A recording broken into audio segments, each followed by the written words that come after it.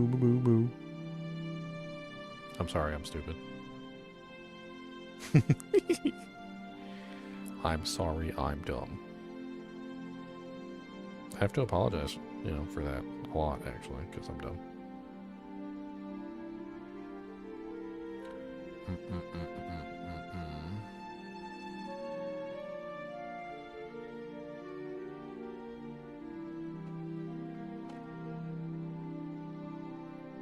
My phone is dying, and it needs a charge. My phone is dying, and it looks real large. My phone is freaking dying, and I don't know why. Because I probably didn't plug it in at all. My phone is dying. Yes, it do. So with a build like this, Bane. 100% Bane. Bane and Tracker both. Bane and Tracker are utilizing strength, so...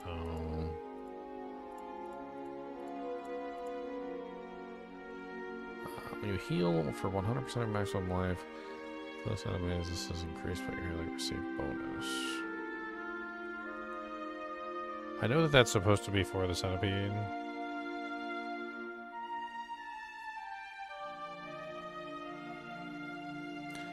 Something something two shoes? Mr. Goody Two Shoes? You never saw that movie? It's a movie. Where he goes, Mr. Goody Two Shoes, Mr. Goody Two Shoes. I don't know. Maybe you've never seen the movie.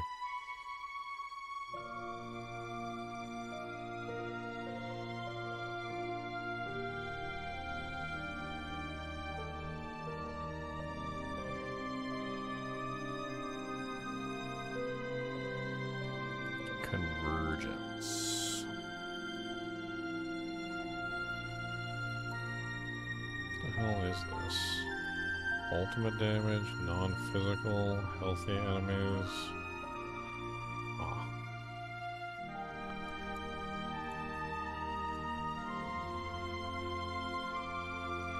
Okay, so the first thing I'm thinking is, let's take a look at the bitter medicine board. Is this a poison board? It's got jaguar skills on it. Okay. Alright. Seems to be set up for a jaguar build? That doesn't make any sense.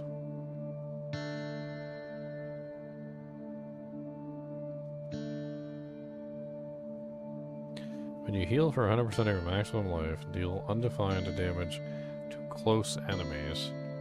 This damage is here. Yeah, I don't know. I don't like that one. I don't like the board. The board sucks.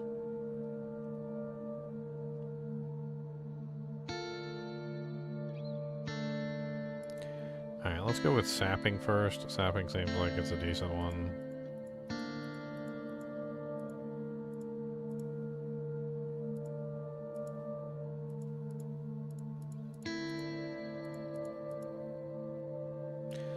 resistance to all elements is tasty. Not entirely sure we're going to need it though if we're going to be using materials, so maybe we don't actually go for that.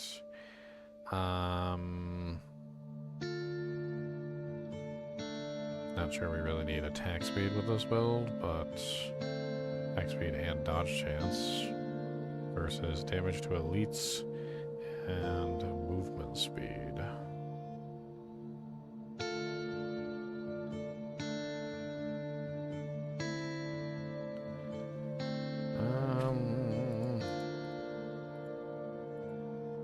I mean, they both kind of not really good for what we're trying to build, so I guess we just pass by the elite one and grab the elite damage and just kind of keep on rolling.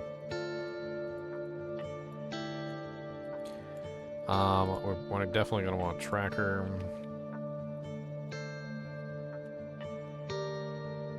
Tracker's not on this character? That seems odd. Your centipede skills deal times 15% increased damage to crowd-controlled enemies.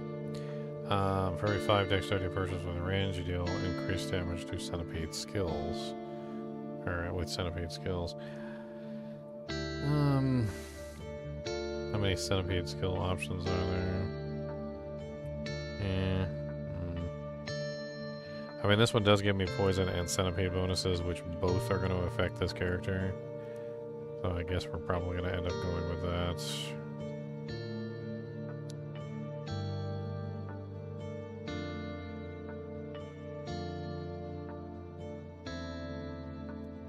And we need dexterity for this. Okay.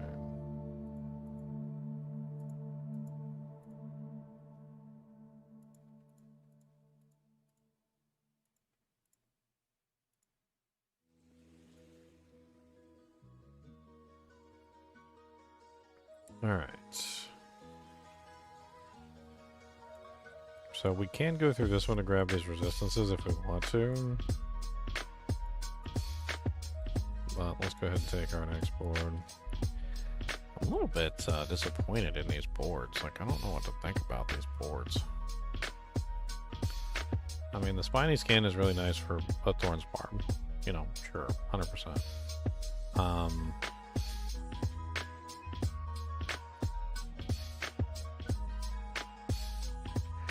I guess revealing is probably our next option. Unfortunately, this character seems like it's got a lot of crowd control damage, which usually ends up meaning bad damage versus bosses, which isn't really a good thing. You deal 2% increased damage for each active pestilence, swarm, and touch of death. Ooh, very nice. For every 5 intelligence within range. Well, this is like the worst board for intelligence. Notice here it says 25 intelligence. How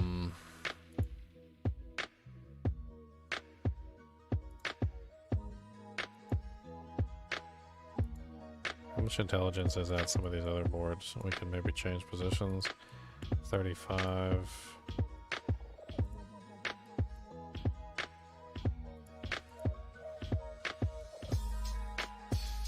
Doubt this one has very much. 25. Oof. Let's take a look at some of the other boards.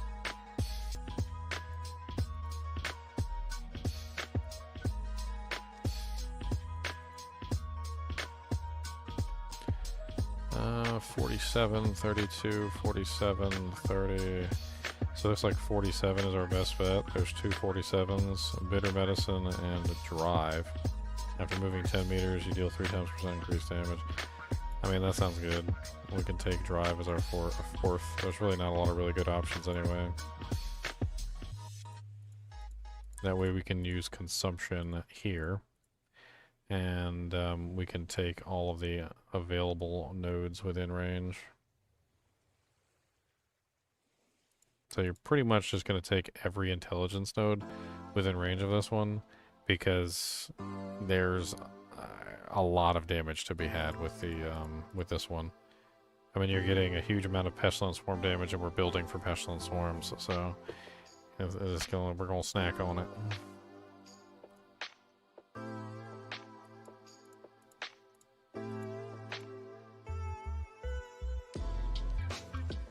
What we got? Damage reduction while moving, 4% maximum life, and movement speed, and critical strike chance.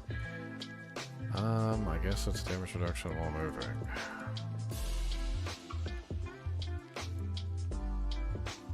Dodge chance, lucky hit chance, resistance, and vulnerable damage. Guess we can grab this dodge chance and lucky hit chance. There's nothing wrong with that. This one is probably going to be one of those ones that you're going to want to max out, just as a matter of course. So it's probably going to be the one that you're going to put every single point that you have into. And we got life on hit here. Life on hit is amazing. Is there any more intelligence within range? No. So we're sitting at maximum bonus for intelligence on that, which is what we're looking for. We still haven't done this board yet. We still need one more glyph too. We don't really crit, so that's not really a thing. We can get the 10% bonus damage to elites, which will help with single target damage.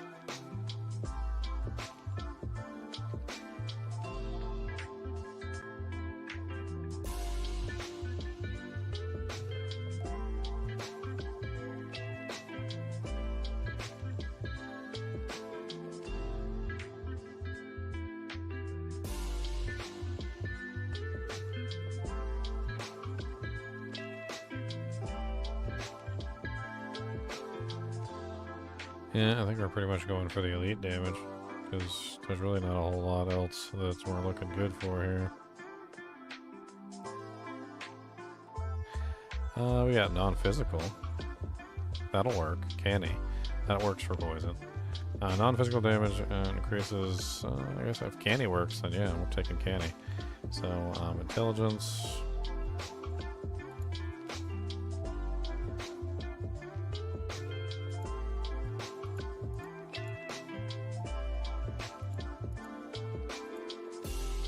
This thing has got crap intelligence. Let's go ahead and take the vulnerable damage while we're here. It's gonna be a pain in the butt one.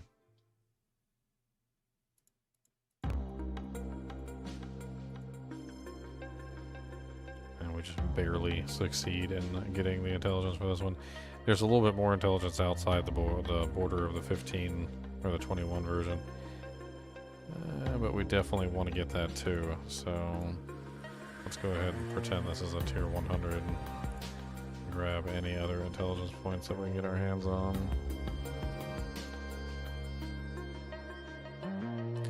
Still only brings us up to 62.4, which isn't amazing. We definitely still want to grab the bonus here, so which path are we taking? We're going to take centipede damage? Yes, centipede damage.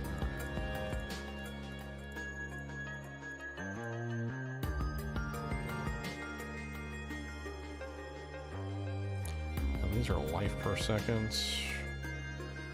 I don't really need any of them, to be honest. But I guess we can grab this one on the way. There's no reason not to at least snag it while we're here.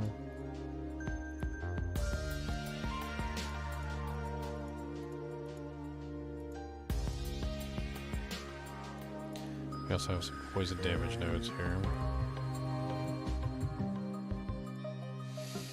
Alright. And then from here,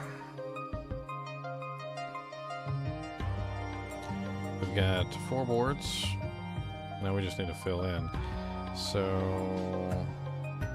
resistances, vulnerable damage, probably resistances and vulnerable damage.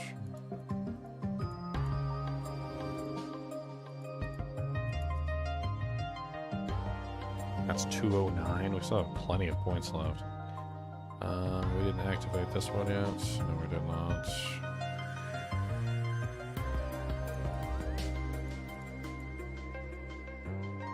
And we get increased poison damage for every point of strength. So this one also, we're going to go ahead and grab all the strength nearby. This one probably would be better off placed at a different board, actually. It only has 30 strength here. Let's go take a look at some of the other boards and let's see if there's better strength in some of these. This one has terrible intelligence. It has better strength, 42. Okay, so let's move Canny down here and we'll move Bane up there.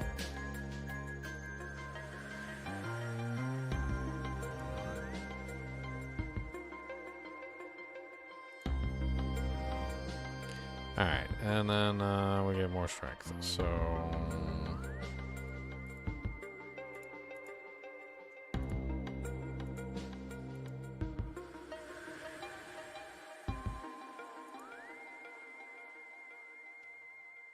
It's funny, most of the, like, strength is still in pretty much the same place. It's... I mean, there's some slight changes here or there, but it's... Okay, so that's 59 strength that we managed to get there, which is a hell of a lot better, so that gives us a lot more poison damage. And then we just need to fill out the intelligence on this one.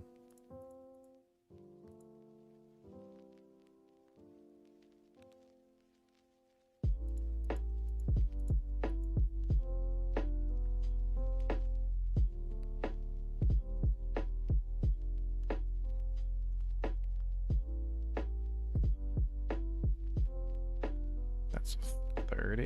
Is there any more strength? Oh, yep, there's one more right there. Might as well take this path right here. Grab some of the extra bonuses, the magic nodes and whatnot. Another strength point right there. That is 231, and we're like not even close to capping this stuff out. We can get more dexterity nodes here to cap this out as well.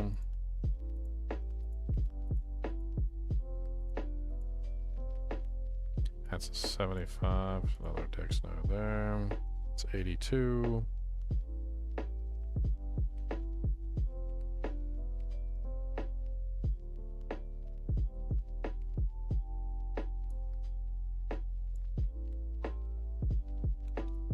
We already capped this one out, didn't we?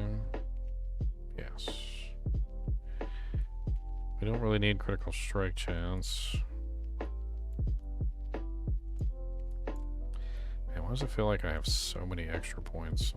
I just want to grab like the health and the armor down here, as well as the extra damage.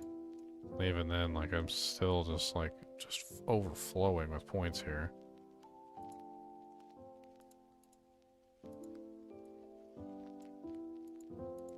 Might as well grab this attack speed right here too.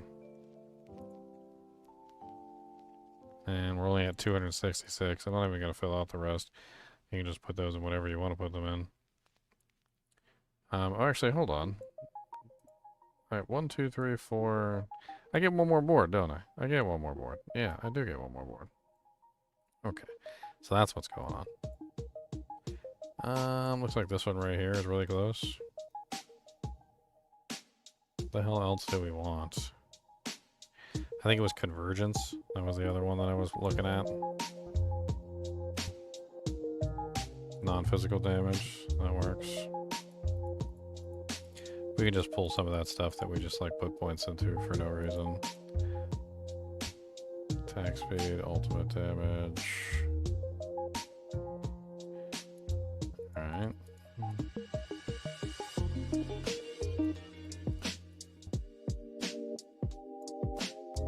And then probably go through damage to healthy enemies. That looks good.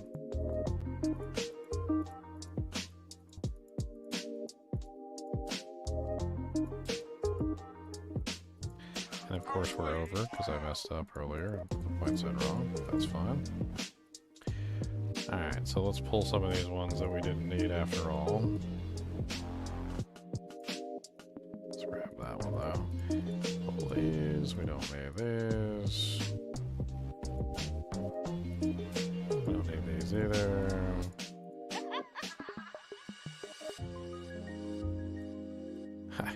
Every now and then it like shoots off like a cannon. It's crazy. Just freaking cannon mode activate.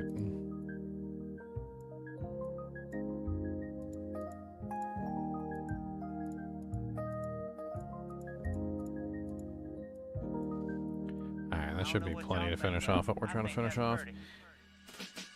So what did we throw in for our last glyph socket?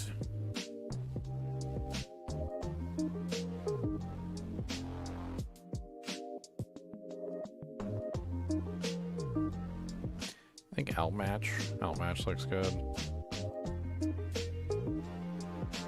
Yep, outmatch. Let's do it. Outmatch is strength.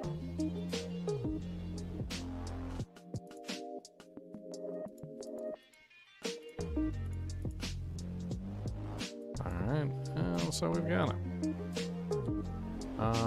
We grab the legendary. We don't really need the damage reduction while moving, so that's fine. And I think this character is probably going to be pretty fun. Our main damage multiplier is going to be coming from the Harmony of Ebiwaka, which is going to be 150% times to basically all of our damage. And then we're going to get a subsequent multiplier for all of our damage to the aspect of the Creeping Death, which is going to be 20% times each individual crowd control that we have applied to the target at any given time. Fist of Fate is going to help us with applying crowd controls, as well as Aspect of Shared Mystery is going to help us keep those crowd controls up on the targets at all times. We're also utilizing the stun grenades for the stuns to add another crowd control in. More Pestilent Swarms through the Tal rune. And we're using the ring that allows us to get the Pestilent Swarms to spin around us in a circle. So it should all work out really nicely as far as damage is concerned. I mean, everything is going to have a 150 times multiplier because of Harmony of Ebiwaka. And then on top of that, we're going to be getting all the really nice multipliers for the damage over time effects through Creeping Death, and then tons and tons of really nice bonuses for the Pestilent Swarms and whatnot. I'm trying to think, like, do we want the Insatiable aspect to be on the amulet slot?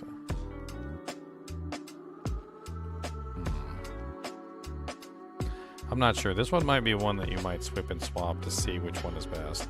So the aspect of infestation makes it so the Pestilent Swarms poison the monsters for 100% of their base damage as poisoning. The Insatiable aspect makes it so that when you replace a swarm early, it bursts for 300% of the damage it would have done. Which I'm assuming if we put that on the amulet slot, it goes from 300 to 300 plus, times 1.5 basically. Which is going to make it, what, 450%? Whereas when we're doing the aspect of infestation, I think that increases the Pestilent Swarm's damage to 150% of their base. Which might be better, especially when you consider that this one is saying that it's going to do 300% of the damage that it would have done. Because if you increase the base 300%, I wonder how that would actually work. Like, let's do a quick, like, calculator check and see which one would actually be better. So let's just assume that the monster was doing, I don't know, 1,000 damage, just as an aside. And then you do 300% of that damage gets you 4,000. If you have 150% because you put it on an amulet slot, so instead of 1,000, it would be 1,500, so 1,500 because it's on the amulet slot. Plus 300% is 6,000. Or it's 1,000 plus 450%, which is 5,500. So I think we just answered our question. So I think having the aspect of infestation on the amulet slot, increasing the base, is 500 higher than the latter, because we're getting an additional 50% to the base, and then the 450%. If you did this one on the amulet instead, it would be 450% of a lower base, and this is 300% of a higher base, which actually works out to 500 more damage. So that actually does work out, so that's fine.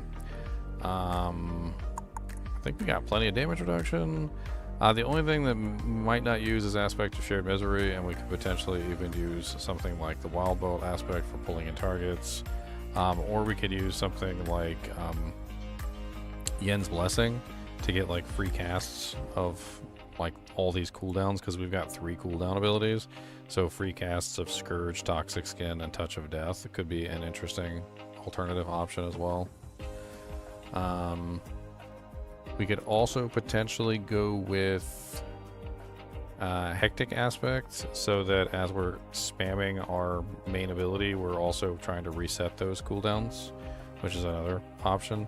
I do think Aspect of Shared Misery is going to be more effective at maintaining those crowd controls across all the targets and keeping the Creeping Death bonus active and constantly, you know, affecting the targets. And obviously it's going to be on a staff, so it's going to be a 40% multiplier instead of a 20. So we're going to get 40 for every crowd control effect that we have currently going on. Slow, you know, like stun from the stun grenades, knockdown effects. We've also got, I'm trying to think here, there's like a bunch of different crowd control effects. We're also utilizing, of course, the Fist of Fate, which is going to give us others. There's a Fear effect on Scourge, so that's 4. Fist of Fate is going to give us random ones. We can also imbue other ones on there, like Freeze's Target. We can imbue some Freeze's Target on there. We could imbue... I'm trying to think, like, the other ones that we could potentially tie in. But just having as many crowd control effects as we can is going to increase our overall damage output, so it's not a bad thing to have more crowd control effects here. In fact, maybe the Mercenary could help us out in that regard, because we were talking about that earlier. Which I was like, the Mercenary, if we set him up to give us more crowd control effects, like for instance with the knockdown on the trip mines.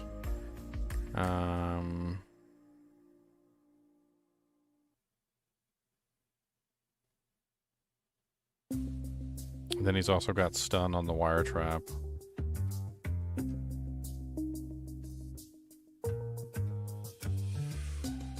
Subo's initial Molotov explosions cause enemies to take 30% increased damage over time from you for 3 seconds.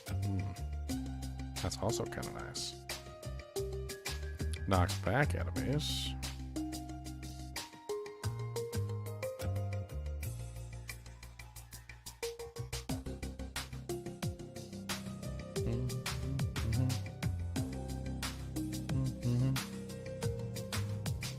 That's an 11-second cooldown. This one is a 25-second cooldown. This one knockbacks enemies. This one also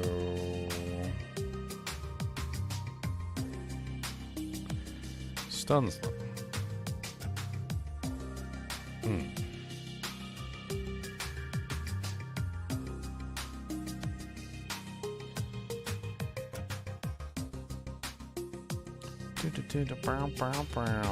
It's going to take some playing around with the mercenaries, I think, to get the optimal effect out of them. I definitely think so. Let's go ahead and update this build. I'm going to pull up one of the other builds and get the mercenary set up. I forgot to do the mercenary on the Thorns Payback one. I forgot to do the merc on him. So we need to decide what we want to do for a mercenary. I believe this is just what was chosen from like the last one that we did.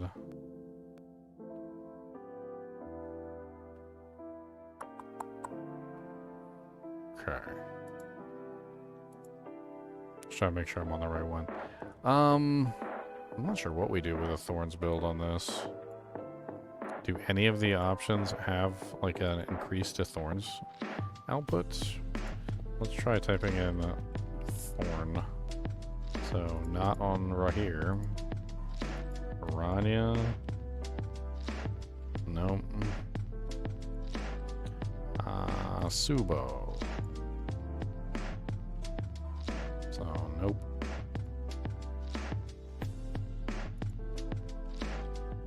And nothing on Aldkin either.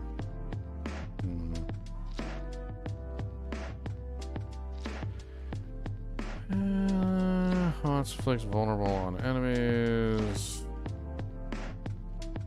Dazes them for 2 seconds. Slowing.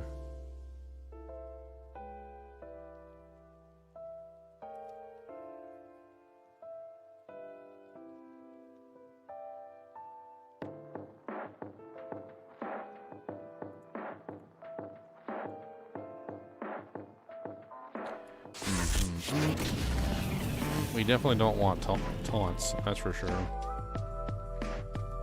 Not with this particular character. We want them to hit us, we don't want them to hit him. We do not want them to hit him. We want them to hit our face. Hit this face. Hit the face of faceless. I think we do Varanya. I think that's what we do. Go with attack speed bonuses.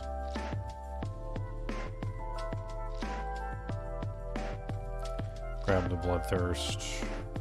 Throw like the bloodthirst attack speed, perhaps.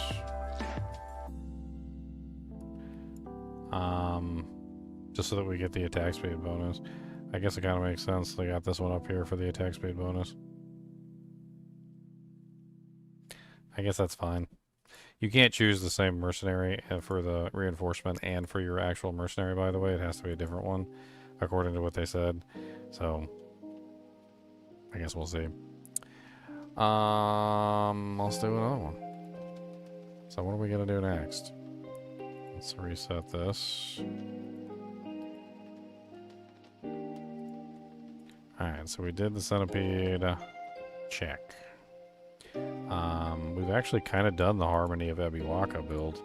A couple of them. So, like, I think we can check this one, even though we haven't, like, specifically built something around it. It's more or less like it's been used in 2 builds so far, I think. The Thorns Gorilla Centipede Hybrid, we kind of did that one as well.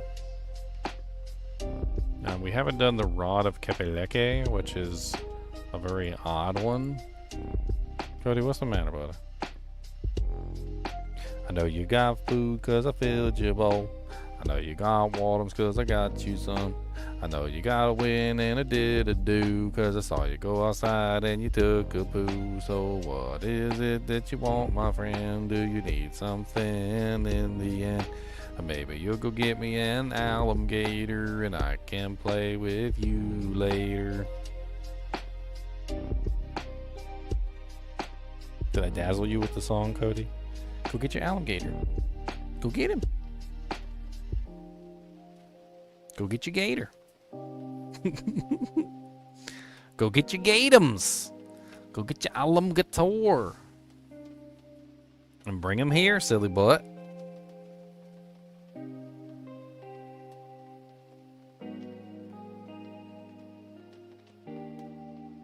He probably doesn't even know where his alligator is. Cody, get your alligator. Now let me see this gator. Give me this. Thank you. That's my alligator. Appreciate it. Then he's gonna sit right here on my shoulder. Let me do it. See, I knew you was gonna do that. He's gonna take my alligator from me. That's my gator. No. That's my gator. Watch. He's so stupid. He just steals it back. He's a thief. Okay, so let's take a look at the Rod of Kepeleke, and let's see if we can determine like how to do a build with this. It's a crazy looking item. I really don't know exactly how to build a character around it, if I'm being perfectly honest. It's crazy looking. Let's do some theory crafting. Let's see if we can figure out exactly how we can build around this weapon. You better give me this gator. It's my gator. You can't have him. You don't love him. So him's going to sit on my shoulder, and him's going to be my friend. And he's going to be good as boy, and I'm going to give him snacks. What kind of snacks you want, alligator? Do you want good snacks? Do you want the bestest of snacks? Snacks so good that dogs weep tears of blood? Why are you thieving? He wants snacks.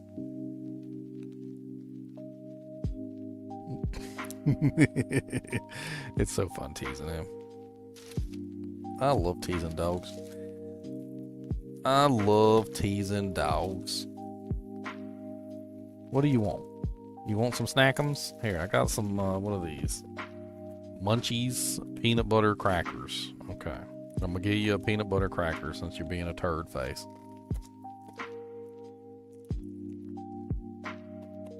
That's right. Look at this. Delicious peanut butter crackers. Look there. Real peanut butters. They say that like peanut butter is some sort of rare commodity that like you couldn't somehow come by. Like it's expensive, like it's really expensive, and you just can't come by real peanut butter anymore. Like we live in the year like 3050, and peanuts are extinct, and like the only peanut butter that exists is like peanut butter that was manufactured like 100 years ago or something. And like they're like, it's real peanut butter. Can you believe it? Real peanut butter. Like, is that even really an advertisement at that point? Like, if it's not real peanut butter, I'm going to be disappointed, but like, you're not impressing me by telling me that it's real peanut butter. All right, here, come get your cracker. Come get your crackums. Oh, no, that's a crackums. There you go. I make silly observations.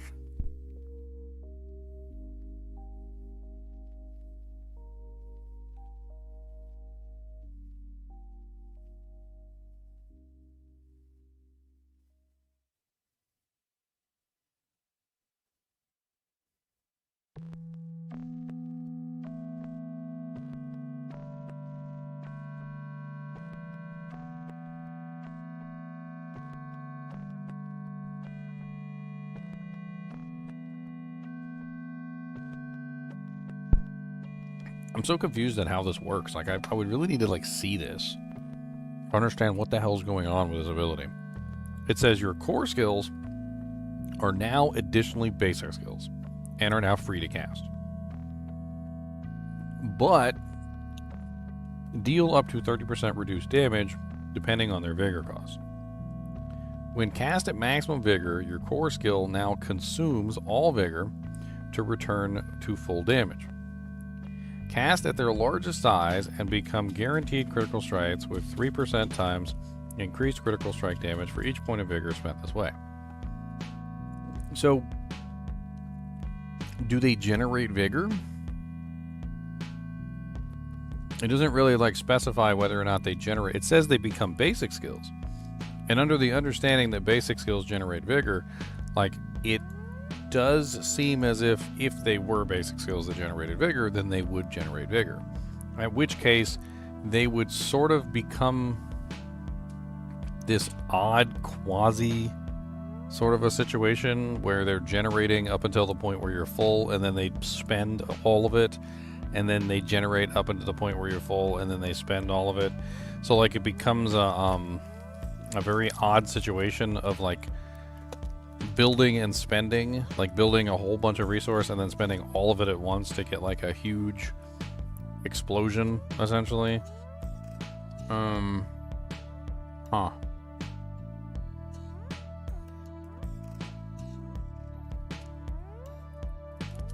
You get 3% times increased critical strike damage for each point of vigor spent this way. So if I had 300 vigor, which is something that's possible, there you go, have a cracker, Cody. If I had 300 vigor, which is possible, that's 300 times 3. So 100 times 3 would be already 300. And then I don't even know what the hell 300 times 3 is. My brain doesn't work. What's that, 900? Yeah, 900. So 900% critical strike damage? It's insane.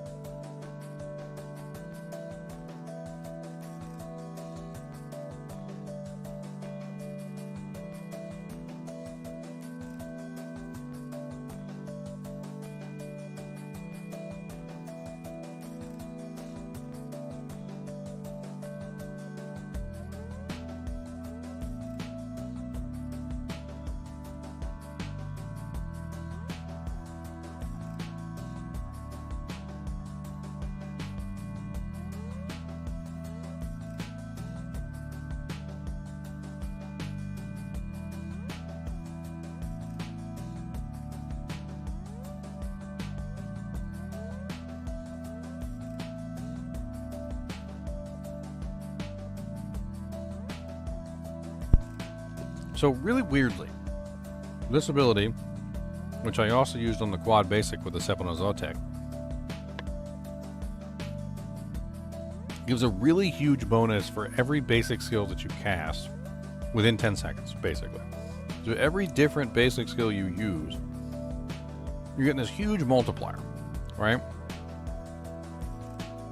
If you set up a character with this weapon, the Rod of Kepeleke,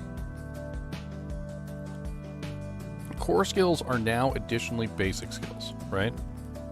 So for the first time ever, you have 8 basic skills. That's right, you heard me. 8 basic skills. Which means that, theoretically, through the way that this works, if you threw that on an amulet, as an example, you could potentially get... what is that? Let's do a little multiplication here, and let's see how much multiplication we can get out of this. So we've got 30% plus... what is that? 150% of 30, which brings us to... it was like 45, right? So you end up with 45. And then you multiply that by how many basic skills you can use at any given time. Well, because you have multiple basic skills, you could potentially be using a lot of basic skills. In this particular understanding of the way that the Rod of Kepeleke works, is that you could potentially have like 1, 2,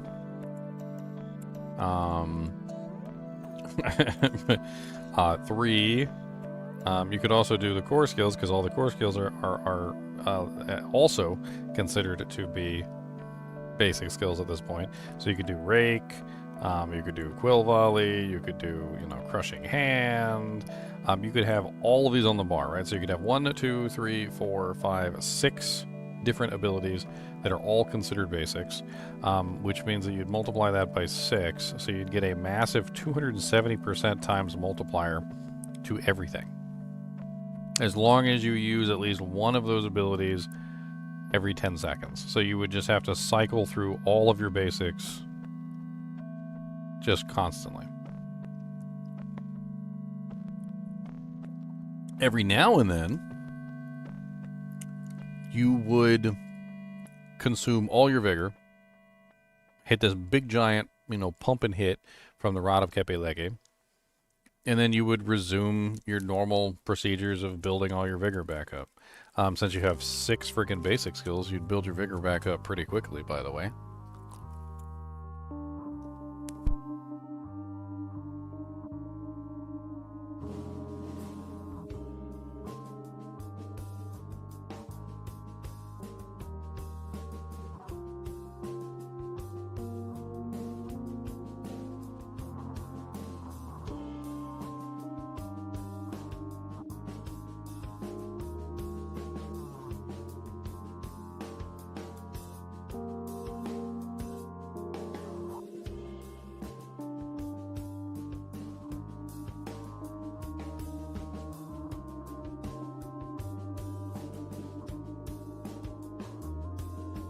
Dude, the sheer amount of multipliers that you could get from this is insane.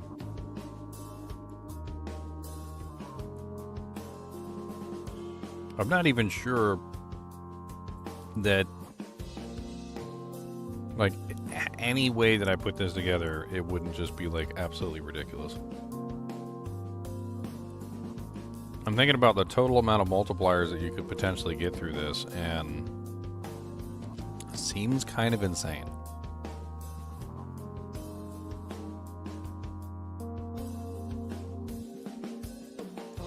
I'm actually kind of like locked here on trying to figure out exactly how I would actually make this the best way that I could make it.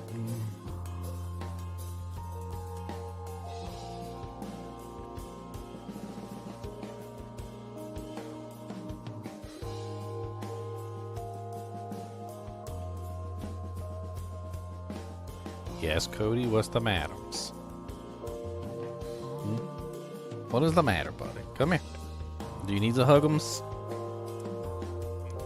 Is it time for a Codem hugs? Come on. Come on. Come on, Monster Blog. Come on, big old giant log dog. Come on. Big old monster dog. Come here. I love you. I don't know why you're so upset today. I don't know what's the matter with you. You already went Peppers, and you already went Dudas, and you got Foodums, and you got Snackums,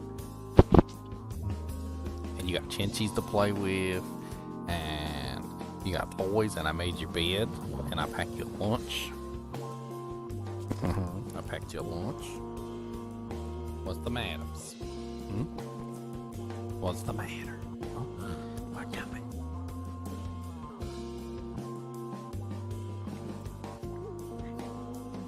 You want me to pull your cheeks like this? I'll pull your cheeks out. Does that make you feel good? Pull your cheeks. You want me to stick my finger up your nose? And we want attention in all the forms. Every attention that you can get. All attentions, all the time. He said, where's my attention? I want attention. Give me attention. He said, give me attention. Is that enough attention for you? You want some beats? You want me to beat you like this? Give you some doggone beats. How about some scritches? You want some of them?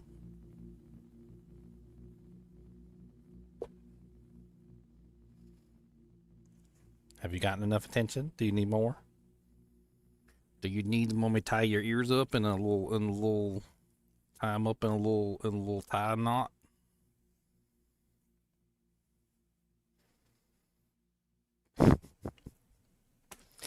All right, get down, buddy. Come on. Why don't you go play with your ball? How about that? Where's your ball? Go get your ball. Go get your ball. Or how about your horn? Where's your horn? Where's your horn at? Where is it?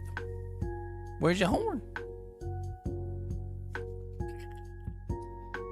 Cody the monster dog, everybody. He's back already. He said, I don't want my horn. He said, you got some snackums?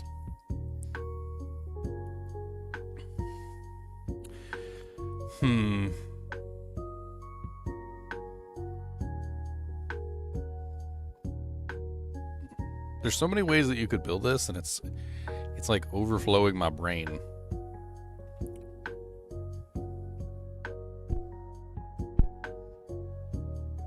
So I have an idea. How about we build it like this? Let me pull these for a second. Alright, so we're gonna build it with rake. So we're gonna do thrash rake. And we're gonna set up for basic skill damage. So what we're gonna do is we're gonna do a pretty standard setup. I think that it might work this way too. So we're just gonna do Moonrise. We're gonna do adaptability. We're gonna do the Rod of Kepeleke. We're also gonna do the rune combination, which is the... I got your bone. I got your bone. This is a really... Why is this bone made out of Velcro at this point?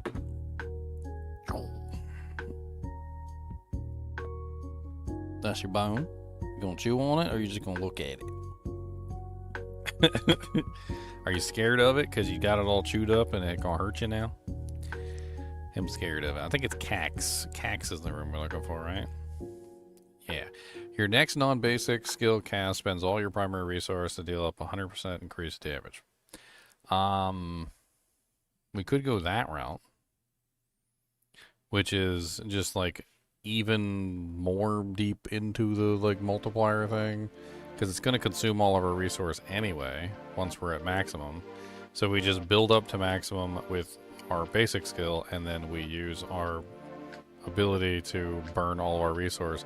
It's going to burn all of our resource anyway, no matter what, so it's just another way that we can increase the damage of our ability even further. The only downside to going this particular route is we really can't use Rake while it's active, because it'll burn it before it actually hits the max number. So maybe that's not really a good idea.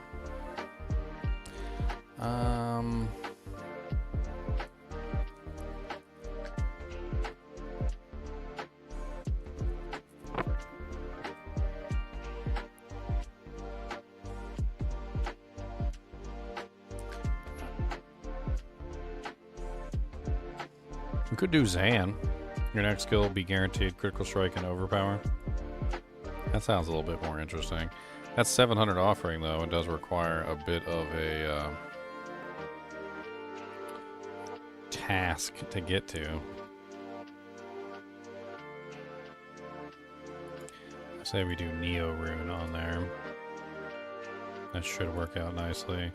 Let's go with Jaguar, and then we'll also go with Jaguar. And then we're going to go with the Loyalty Mantle, which gives us the additional bonuses for matching up our spirits. Then what we can do is we can add in some utility into the mix, which I think is a good idea. And our utility is going to be basic skills, is essentially how this is going to work. So we're going to go combined strikes, but we're not going to go like the full combined strikes. We're just going to pull it in here. And then we're going to go to the skill tree. And let's go ahead and put 5 points here. We're going to grab Ferocity. So we're going to grab Thunder Spike as a utility for the pull-in, because the third attack on Thunder Spike is a pull-in. So that'll give us the ability to use a pull-in whenever we want to. We can also grab... I thought one of these... Oh, this one also has the vulnerable on it, doesn't it? And we could also use Rock Splitter to generate Resolve, which could be a way that we could play it. Go 3 points into follow through.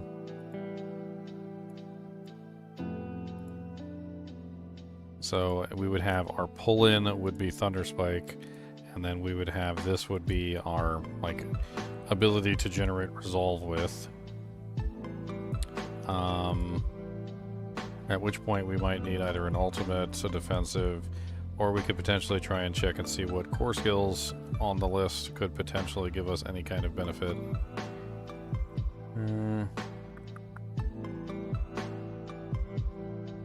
What's up, Sean?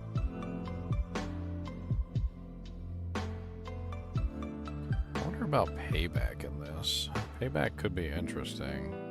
Payback also consumes all of your resource too. Ooh, interesting. That is an interesting idea. So Payback has an interesting ability, which is where it consumes all your resource to increase its damage by 0.5% per point spent. So you could potentially double it. I'm pretty sure that if you choose Poised Payback, you will also obtain the basic skill moniker as well, which means there's technically 9 basic skills. Holy Jesus.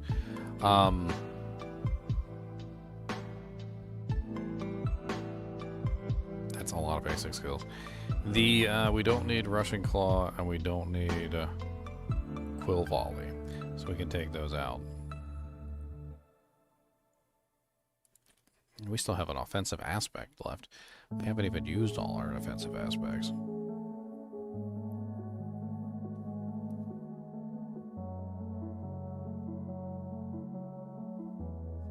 I mean, we could go with Pain Gorgers to get the +4 to basic skills, and also the ability to echo all of our basic damage to multiple targets.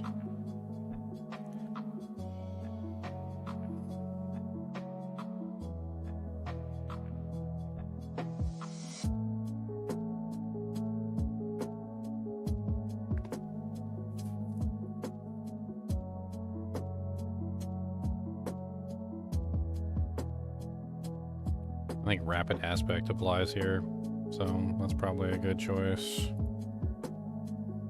I don't see any reason why we can't just use T-Reels in that slot, and Aspect of Might most likely.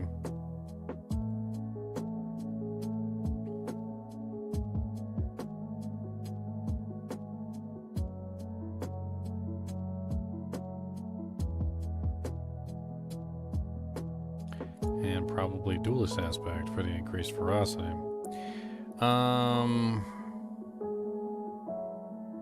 Yeah. I think this would be absolutely insane. So we use Thrash until we build our resource to full. We then use Payback to unleash a giant mega attack, essentially, on the target. Massive amounts of damage. We are using the Zan rune, which gives us the next guaranteed skilled cast will be guaranteed critical strike and overpower. And we could potentially combine that together with the Cax rune. In fact, now that we're going the payback method, since payback automatically consumes all resource anyway, Cax would definitely be a good choice. And then we go with something that's going to help us maintain that.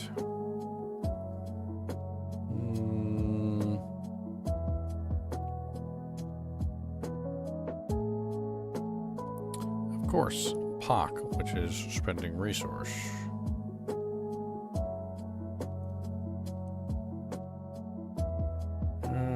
Or, no, I'm not sure, because that one doesn't, it's not going to feed well into it, unfortunately. Yeah, it won't feed well into it.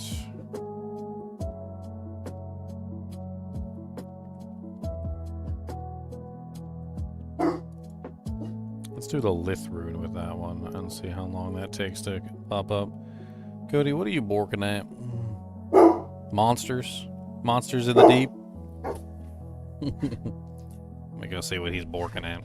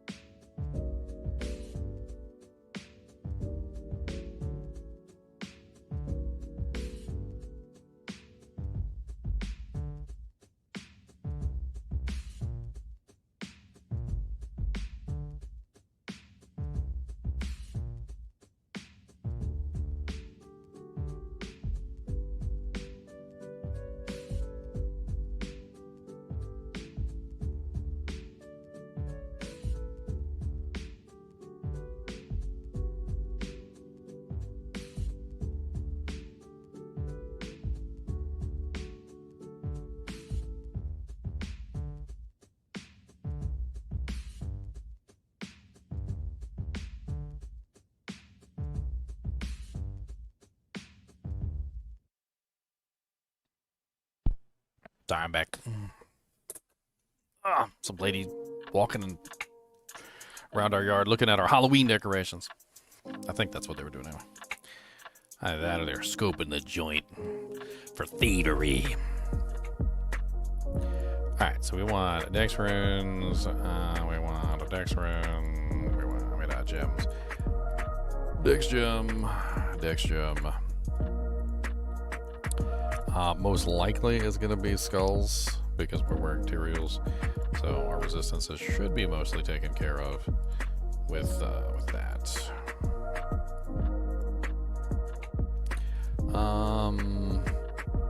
Let's see. We don't really need to put points into this because we're not scaling it. We don't really need to put points in this because we're not scaling it. We're just going to use it to build resolve, and we're going to use this one to suck enemies in, get some nice pull-ins, and also to trigger the effect of the multiple basic skills giving us more damage, which is definitely nice. This one has grants barrier equal to 10% of the damage dealt. I mean, that's a barrier. That can act as a defensive. It's increased by 2% a stack of resolve.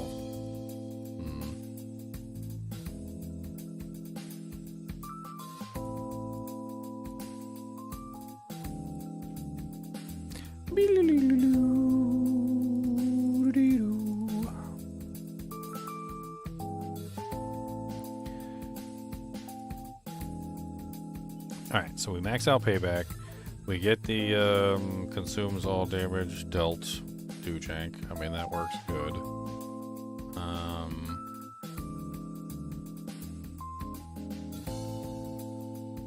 We're gonna go ahead and grab the Jaguar skills because we're running Jaguar tree. Let's go ahead and grab the critical strike damage per stack of ferocity. So that's gonna be huge for us because this one is a critical strike damage build. We probably want to grab an ultimate with this. So let's grab. What do we want to grab?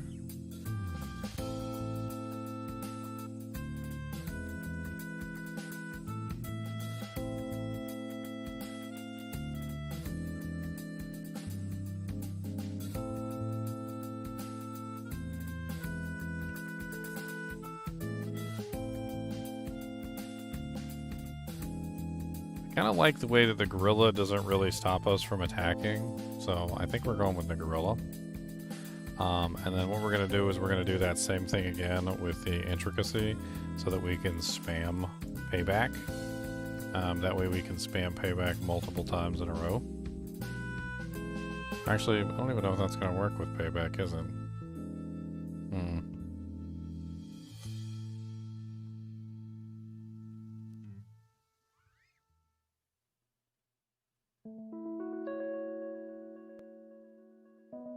Actually, maybe it might. I don't know. I have no clue. I got no clue how that would work.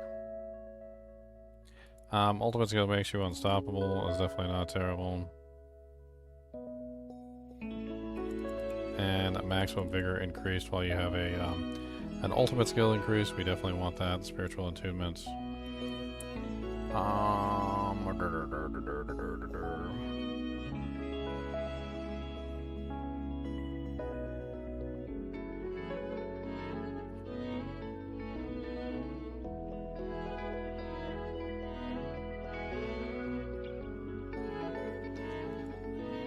Maybe adaptive stances for this. We still got a ton of extra points left. We're still sitting on another, what, 10, 16 points, which we can utilize at our beck and call. So let's go back to summary here. Let's go ahead and put the gorilla in. That still leaves one spot open for some side kind of either defensive or offensive or utility skill of some type. We already have a pull-in, we already have a way to generate resolve, we already have a way to generate ferocity. We have 3 basic skills, or technically 4 basic skills, and we have 1 extra slot open for something.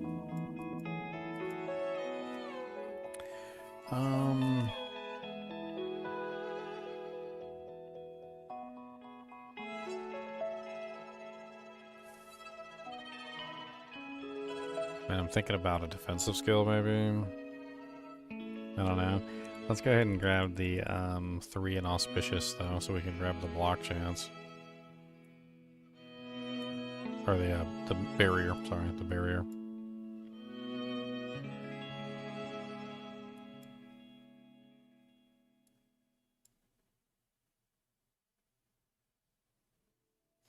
Let's take a look at some of the aspects real quick. Oh, we've already chosen all the aspects.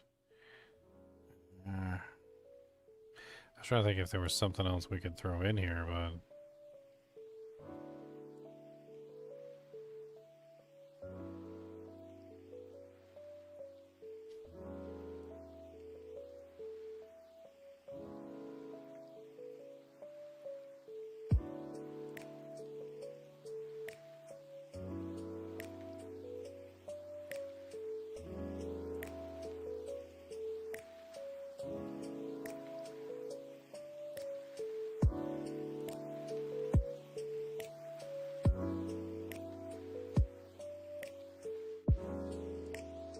I'm thinking maybe we go with Ravager.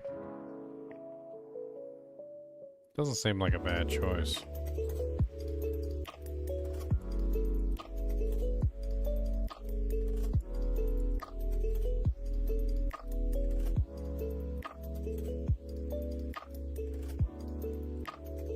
While Ravager is active, your core skills instantly dash to your target, and all vigor generation is increased by 30% times.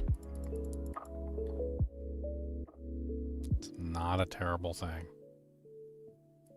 I definitely am not sad about that. Core skill. Casting a core skill increases all vigor generation by... We're going to need a lot of vigor generation, so this is probably a good deal.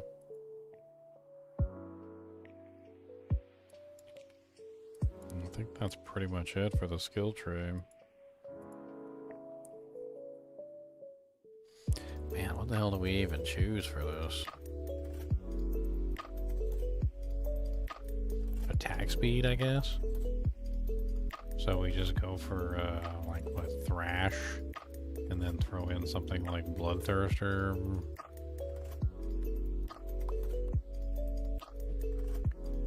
Probably like Thrash, Bloodthirst. That sounds like pretty much what we're looking at. And then man, this build is gonna be insane. I don't even know how to like... I really need to get in the game and start playing around with some of these things, I swear. Cody, I don't know what's the matter with you, buddy. Is your spidey sense tingling? Do you got bugs in your butt? Is there monsters outside? Are they messing with the scarecrow? Did they steal our scarecrow? If they stole the scarecrow, you know, you can bork at them, right? You're allowed to bork for their stealing stuff. That is acceptable if they's being rude to our stuffs.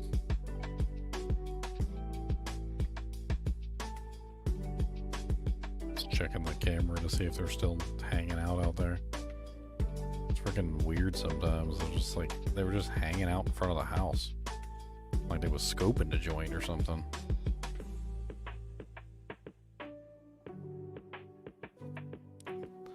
I get robbed.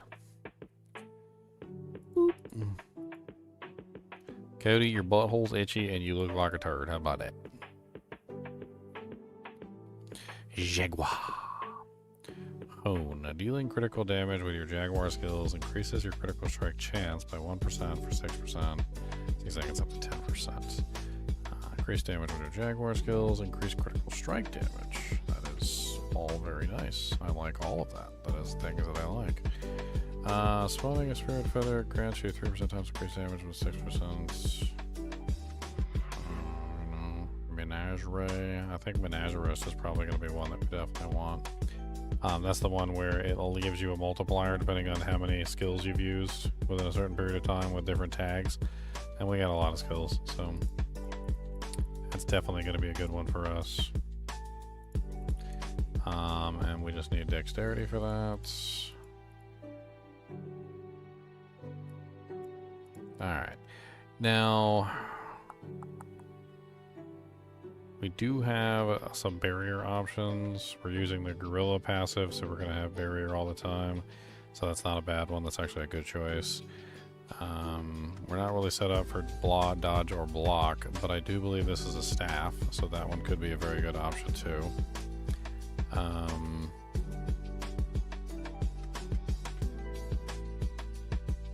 So yeah, I think we probably pull in fighter.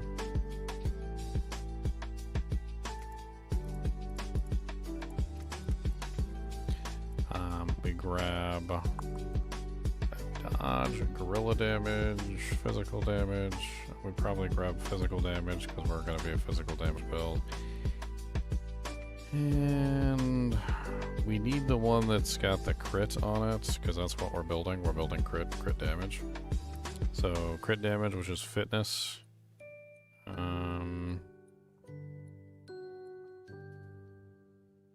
This one, spirit. We also want spirit. So yeah, we're gonna grab spirit here. Spirit is dexterity. Was this like the worst place to put dexterity? No, it is not. Good. Yes, Cody. What kind of bug is up your butt? You got a bug up your butt? What do you want, buddy? What's the madams? What is the madams? What is the madams? Come here. Come here. Come here. You always come over here and beg, and then when I try and give you some attention, you always run away. You're always running. Running and hiding. Why you got like a bug on your face? You got like a face bug. Why you weird little snoot? Why you got a weird snoot? What is this snoot? What kind of snoot is this? What kind of teeths are these? You got teeths in there? What is this tongue? What's that thing? What's that do? What about this chin? Is that an extra chin? Do you need this chin? What is this? How about nostrums? Do you need these nostrums? What about that? If I stick a finger up there. What do you think? And why you got so many pimples on your face? Pimpum boy? Why you got so many pimpums, pimpum boy? Pimpum boy. What you want? Snackums? I'm gonna check your food bowl, make sure you still got food in there. Because you're being real whiny. Like a little baby, make sure you got a pack of lunch.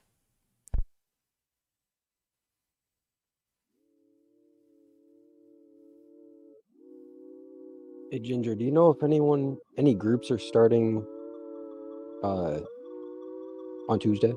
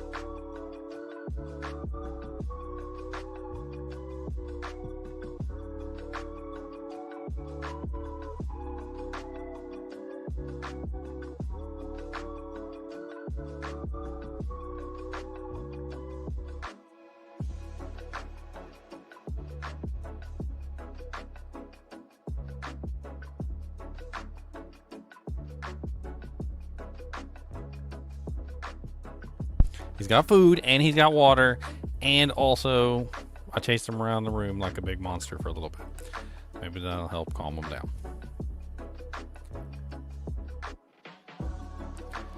Chase the dog around like he's a big monster.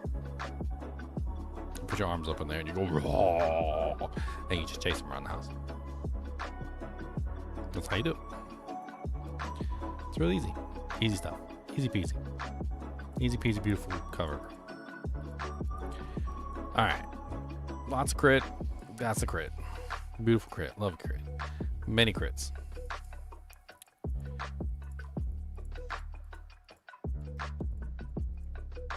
Alright, after this one...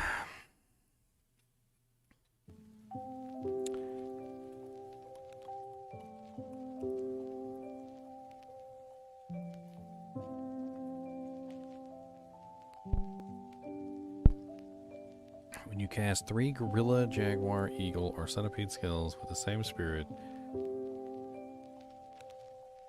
in a row.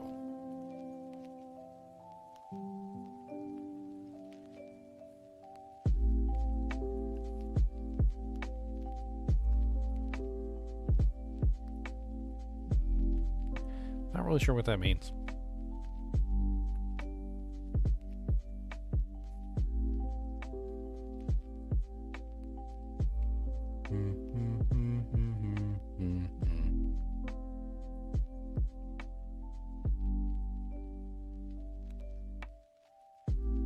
I'm gonna go with Viscous Shield. And then maybe we go with Convergence.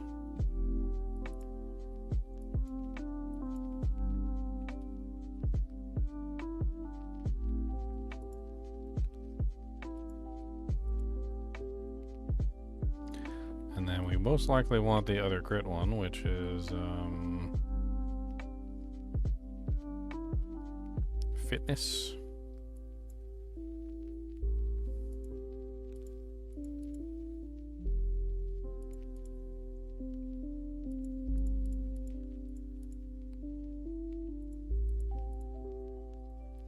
Alright, and then we grab this one. Probably grab some of these here on our way over.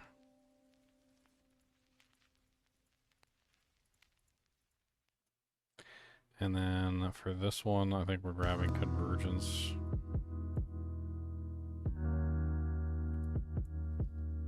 A little bit of attack speed wouldn't hurt, but we also got damage reduction while moving. Let's do the attack speed.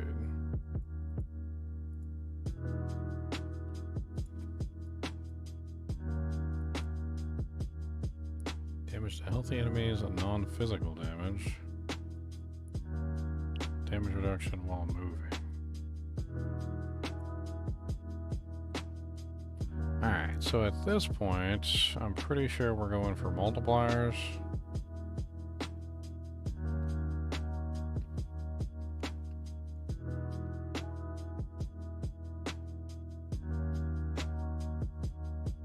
I mean, this one affects all Jaguar skills, and we did go with Jaguar, so everything is a Jaguar skill, technically.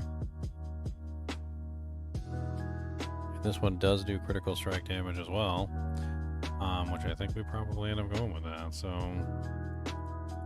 Now we need all the points of strength nearby.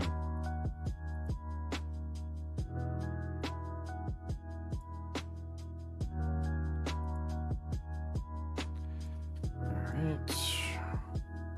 It's only 4 boards, we need 1 more board. Looks like we're really close to a board right there. Alright, so the last board, I guess sapping. I don't know if sapping actually works with the way that this character is set up.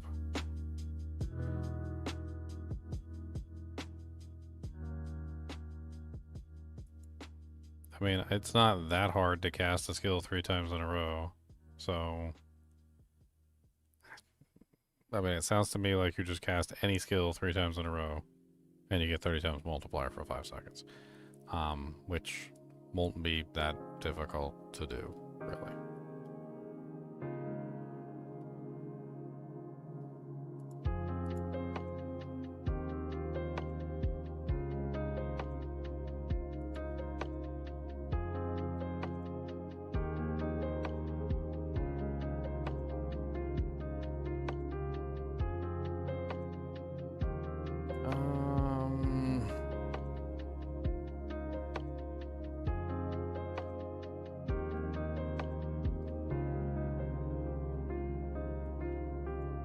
Should have plenty of resolve too, so let's go that route.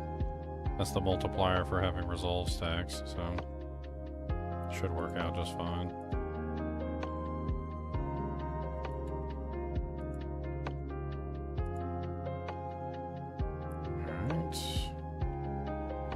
through the attack speed up here. And the dodge chance.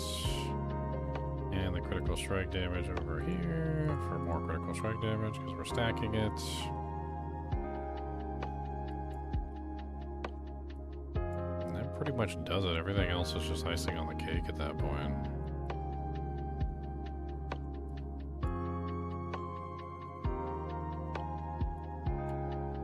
Like whatever it is that you want to put your points into.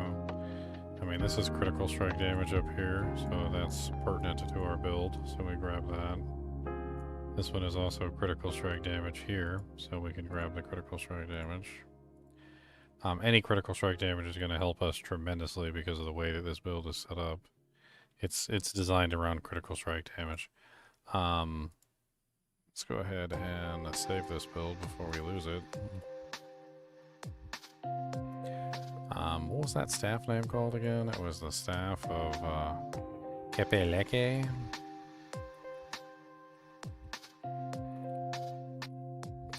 Kepeleke build. There we go. We have a Kepeleke build now. Take your time and plan things out and make sure that you are set up to perform that job as flawlessly as you can. You're going to have a much better result.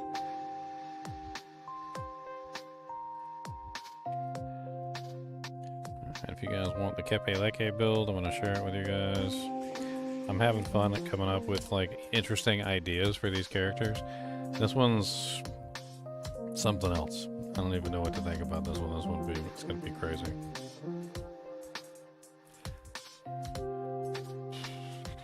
I think this one might hit like an absolute Mack truck.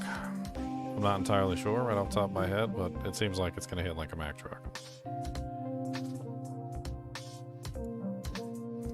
I didn't really come to a conclusion on like a mercenary. I guess I could just grab Subo. Like it doesn't really matter all that much. The worst thing Just you do can like do the is traps rush or through something so you and can then get like free 3 times vulnerable as long as damage. you need to because you have to troubleshoot all these weird issues. And what's even worse than that is you end up with lingering doubts as to whether your workmanship is I good. like Subo's special ability too. It's kind of neat. So don't be that Alright, person. so that Take your is... How time many and builds have we done so really far? We enjoy got the 4 builds. process as much as you So we did can, the basic, and quad try to basic make the Spiritborn. product as perfect as We you did can. the Thorns Gorilla Then you'll be payback. We able to did rely on the this thing Centipede, for years to full come. Centipede build. We also did the Kepeleke build, which is a payback build, basically. Very high damage payback build. Yeah, you get yourself an Ondel Swamp Donkey. Nice. Ondels is a pretty fun little item.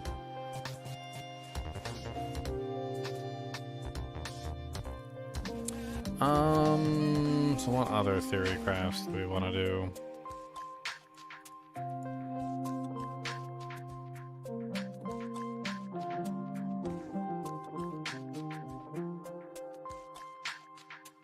Then you'll be able to rely on this thing Pure for Jaguar years to come. builds.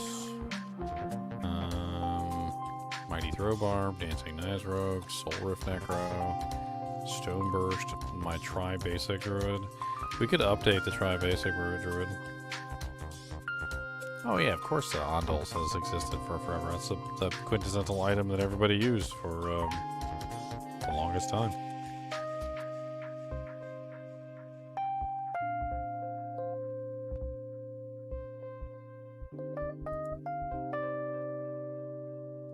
So if I convert this to the Season of Hatred, nice. I get extra skill points and everything. Alright, let's take a little bit of time and see if we can update this for the new version of Diablo. Look, we got Stone Burst down here and everything.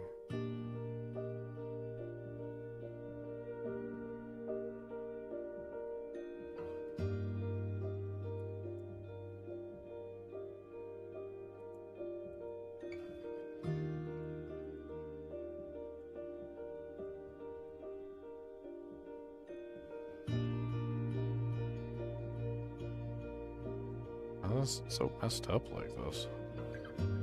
Because I converted it from an older one. So now it's all doing whatever it wants to do.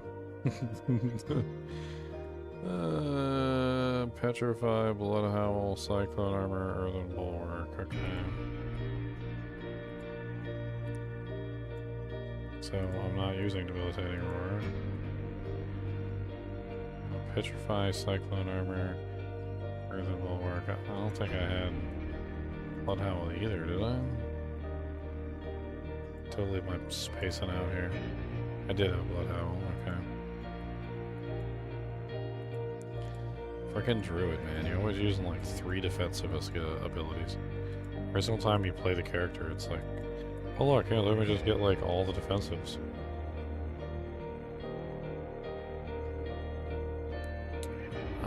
I'm not using Trample. I don't even know why Trample is... looks like it's definitely gotten messed up a little bit here. From the... definitely a little messed up.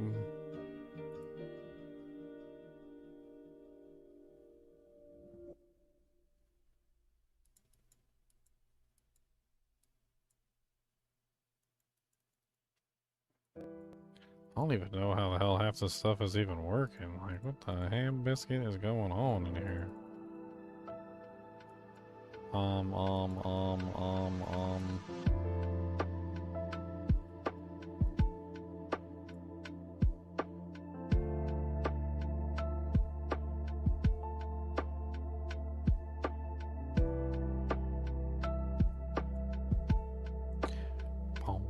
There's so many like connections between stuff that there was never connections before, and it like messes with my head when I'm trying to like figure out how to set up the characters. It's crazy.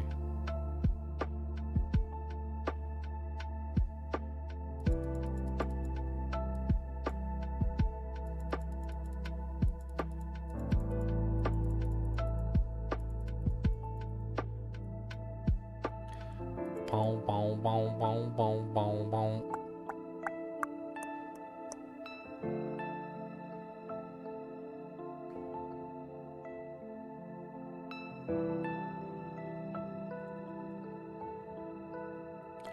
Alright, I think that's pretty much updated for the new version.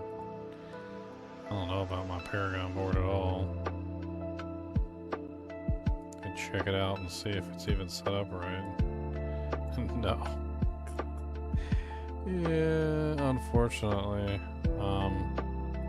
Yeah, I got 7 boards. You can't have 7 boards. You're not allowed to have them 7 boards, son.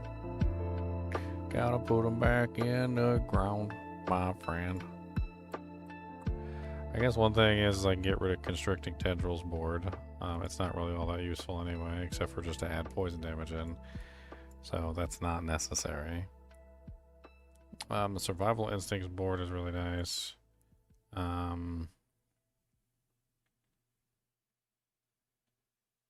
don't know if this board... Can I even use Ancestral Guidance? Yes, I can. So that's a free 30 times multiplier. I'm also using Thunderstruck, Early Devastation, and Survival Instincts. I guess, honestly, probably drop Heightened Malice, keep Survival Instincts, and I think that's probably the only thing I can do. And then I probably just grab the Glyph Socket. The, which ones am I using right now? Nature Magic. Physical 2 Elite, that's Outmatch. It's for the Overpower, right? Or one of these is for the Over, no? Different build, different build. Increase damage while healthy, that's the Barrier.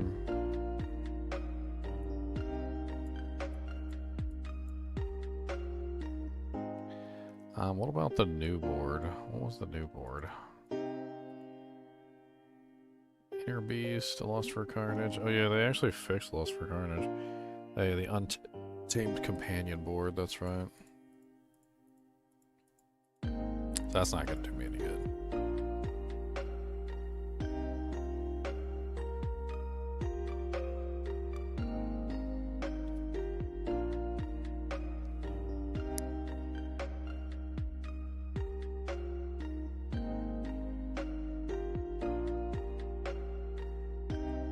go with something like crit, maybe. Lucky hit chance.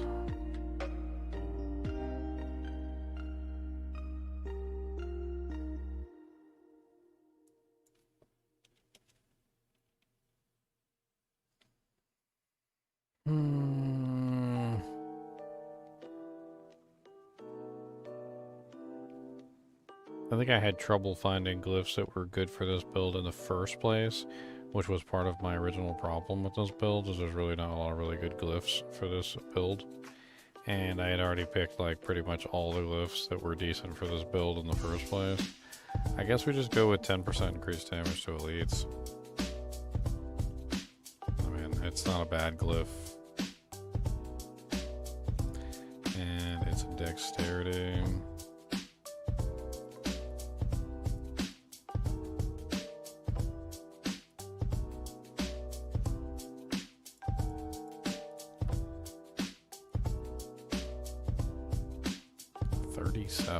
We still don't have enough dexterity, and I'm pretty sure I snagged every dexterity node within range.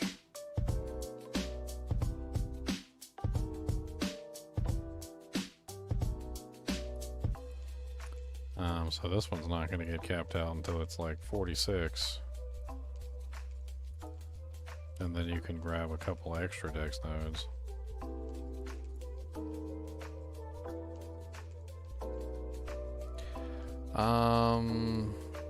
At that point, it's pretty much just capping out all the nodes. Dex, Dex, Dex. I don't know why some of these weren't capped out to begin with.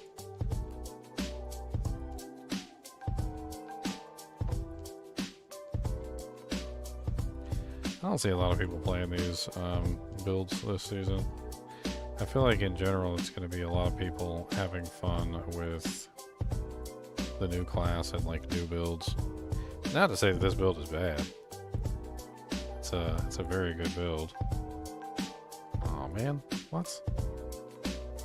No. I spent all that time.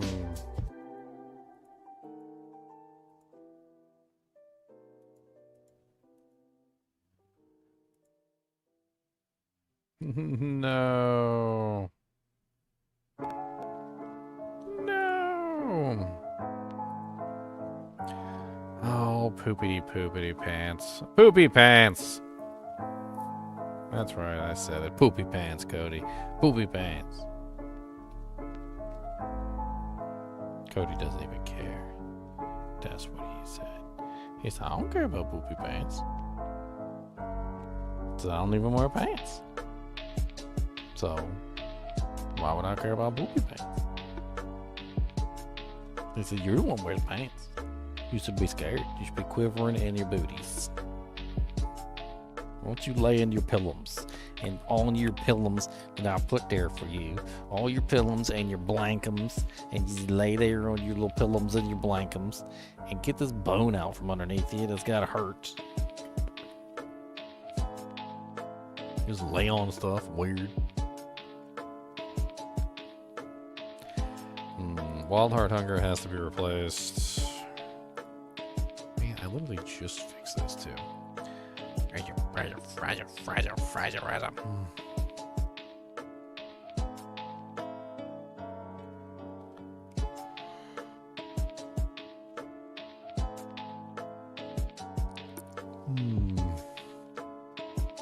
We lost out on the multiplier for Wild Heart Hunger. Unfortunate. I don't really know if there's much of a way to fix that. I mean, Wild Bolt aspect is pretty fun though, pulling all the monsters in. It's certainly not terrible.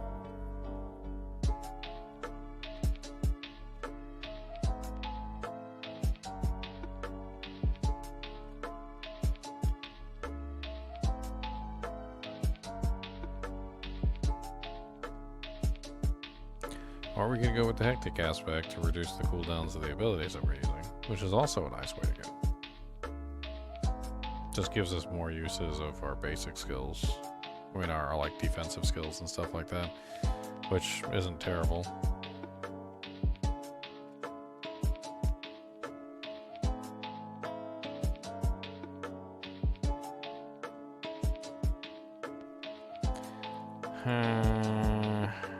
Everything else is pretty okay.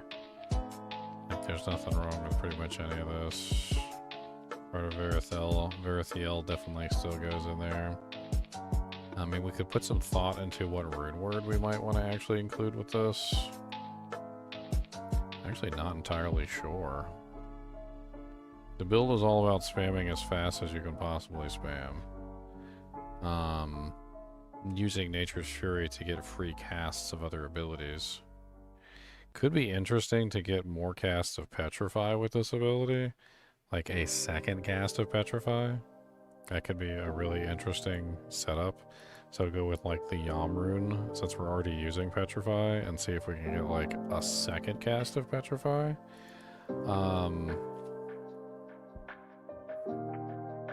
And we could probably utilize any number of things, actually. Casting the same bone channel skill 3 times in a row.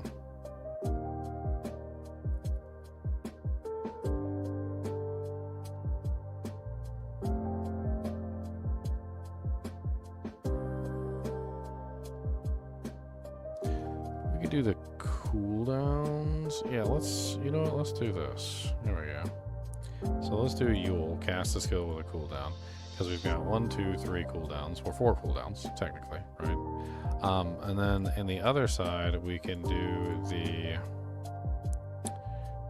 cast an ultimate skill, because we're going to have 2 ultimates, basically, right? So, there you go. Zan, which gives us 150 offering every single time we cast an ultimate skill.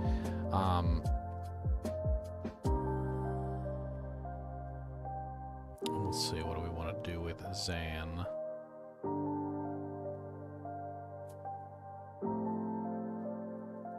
Stun grenades, earthquakes, desecrated ground. Oh, no, sucks. Dancing bolts got taken away. Could do the pull in.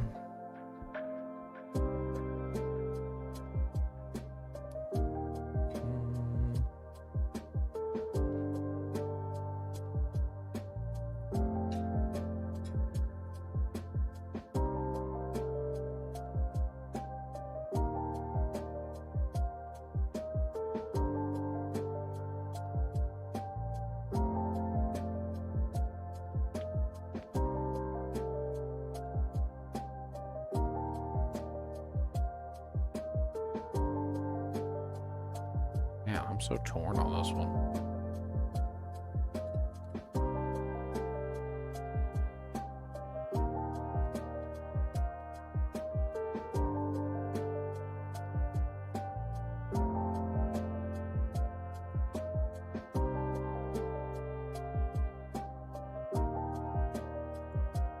That sounds like fun. Do the critical strike chance. Alright, and then this would be willpower, which is what, sapphires? Yeah, sapphires. So we go with 2 sapphires in each piece of equipment. Grabbing the extra doojanks. Not using Tyraels at the moment, and I don't think you can use Tyraels with this build, so we might be using resistances in our equipment. I don't know, I think I still use Tyraels anyway with this build. I just did it anyway. I'm like, oh, I'll just throw Tyraels in there. I think I just moved Symbiotic down to the Aspect of Might, and then I put the Aspect of Might, took that off completely. And then Tyraels is up here, Symbiotic comes down here. And I think it still pretty much stays the same.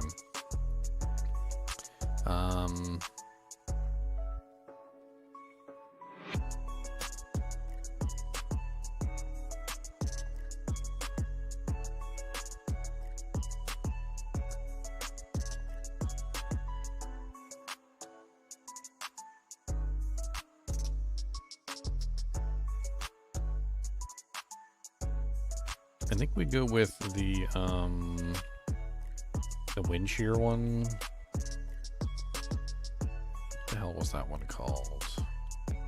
The poison one, right?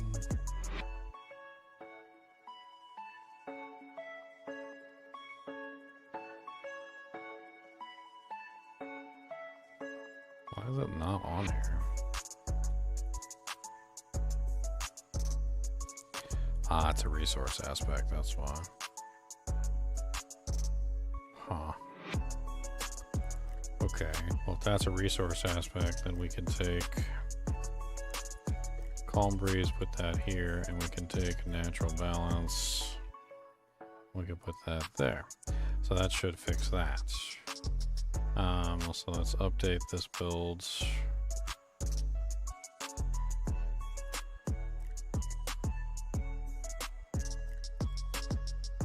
Skill tree, we need to go back and fix the skill tree again because it messed up.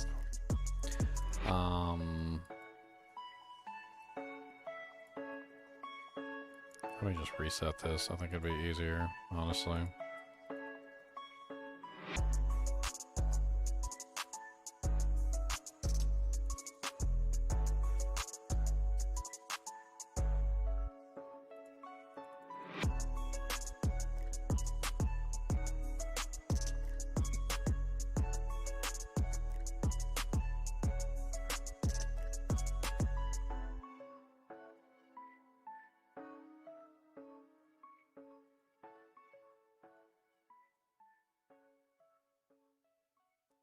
I'm gonna go 3 in there.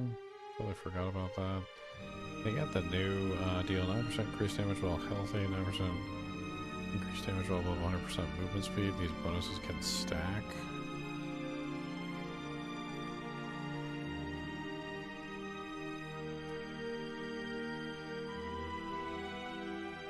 Yeah. You want to answer yes to all of them? All of the above. All of the above.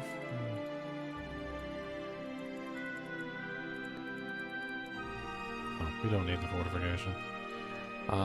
We do want this one and this one though.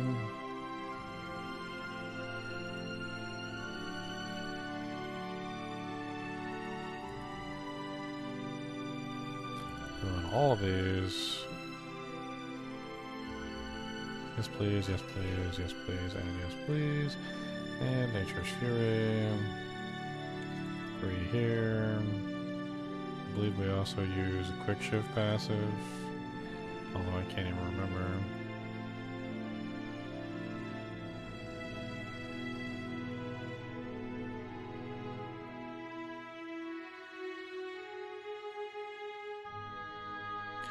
I think that's pretty much it. Okay, so let's update that again. And we need to do one more update to the Paragon board since it broke last time.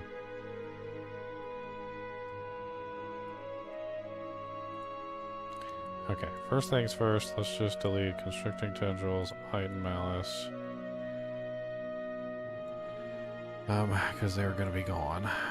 And then grab the glyph sockets, and in the glyph socket we put... Which one did we put in here? It was the elite damage, right? So,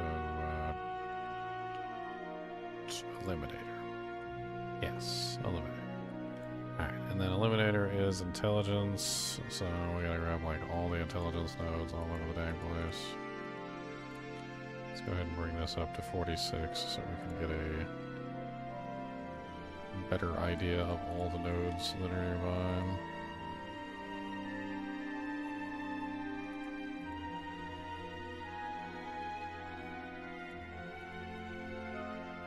Okay, there we go. Intelligence achieved. We are smart now. We have big brain. We have brain of bigness. So big of brain. You guys are unaware of how big the brain is, but the brain is large. It is of the largest style brains, the brains of yore, the brains of yore, of yesteryear, the yesteryear brains. Do not wonder. Again. Okay, looks like we're gonna have to do this slowly. And with love.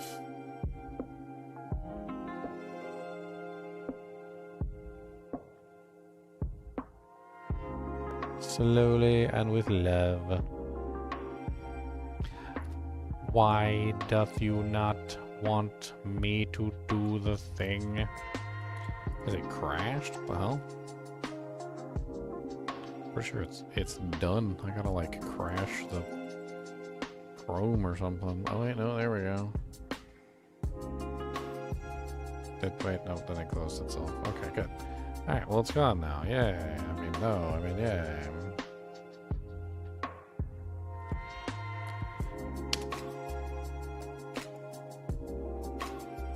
Cody, I'm gonna get the voice. You don't want me to get the voice, do you? I'm gonna get the daddy voice. I'm gonna say, Goose!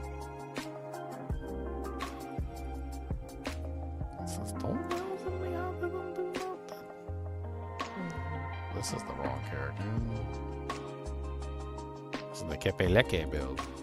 We want the Kepeleke build. We want the old build. I hear you, Kubus, the monster dog.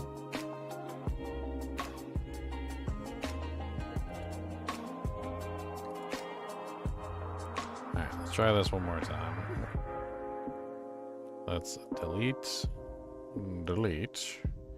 And we'll just close this and we'll update the build. And then I'm gonna refresh the page. Hopefully that will fix whatever the problem is, because it's probably because it has boards that it's not supposed to have. It's not supposed to have that many boards. Throw the eliminator in there. Cody is winding up a storm. Cody, why are you such a whiny baby dog? Huh? Why is you the whiniest of baby dogs? Why is your baby dog so whiny that him's the whiniest dog that ever dogged in wine land with all the whiny whines? That's right, I said it. And I meant it.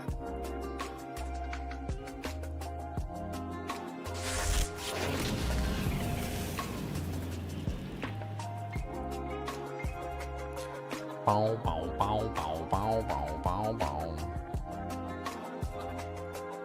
Alright, we copy this before it gets killed again.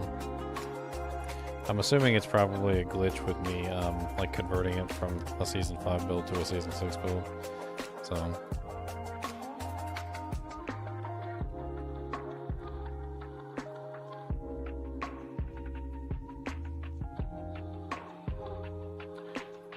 Bink. Cody wants all the cheese to go with his wine. He's winding up a storm. I literally just took him out, too. He's just being a turd face. That's right. I'm gonna call you out. I'm gonna say you's a turd face. I'm not gonna be nice about it neither. Because you put your little nose in my way, and you get your little chin on my arm, and then you push my arm, and then you try to mess with my mouse, and I know you know that what you're doing. I know you know that you're messing with my mouse because you smart like that. And you put your little nose in there, and you try and jiggle it around so I can't use my mouse hand. And then you use a jerk. Yeah. Jerks.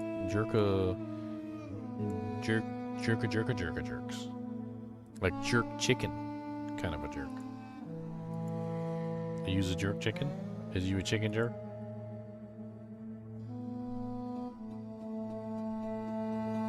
What is the matter, buddy? Am I not allowed to do nothing today? Am I gonna die? Do I got a heart attack? Am I got cancer? Am I got a seizure? Is Timmy stuck in the well? Are the Chinchies okay?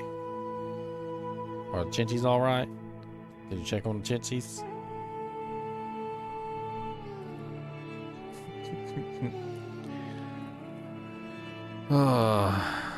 Getting real sick of you breaking on me. At least I've been like...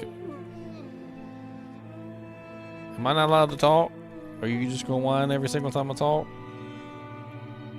It's like every time I talk to you guys, he interrupts me. He's like, why are you not paying attention to me? He says, stop talking to them. You're not allowed to talk to them. How dare you? It's me is important, not them. Me. Me's important. Me. Why are you talking to don't talk to them? Me. Me. Me. Me. Me. 可是懂啥的，是啥的。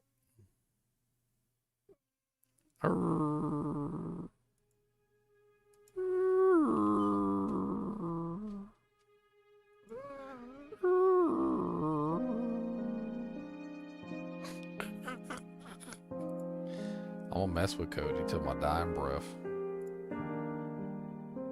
That's my most favorite thing to do is to mess with Cody to monster him, though. I'm gonna mess with him, and then I'm gonna mess with him some more. And then when I'm finished, I'm gonna mess with him again.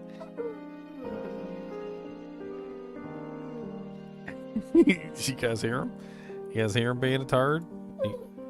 Turd. You guys hear him? You got heard? I'm sure you guys heard him that time. He was loud. He's very upset with me right now. I don't know what he's upset about, but he's very upset with me. And he does not like my tone of voice. He doesn't like my tone of voice. He said, that's not, you're not a nice person. That's all there is to it. He's not nice. Yeah. That's how you really feel about it? Uh-huh.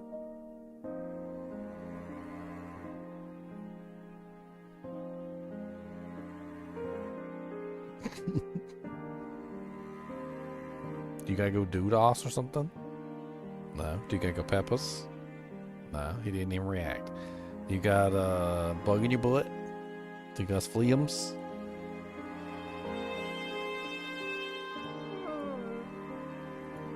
Your mama's so fat even Kirby can't eat her? Dang. That's brutal, is what that is. That's just brutal. Why you gotta be brutal?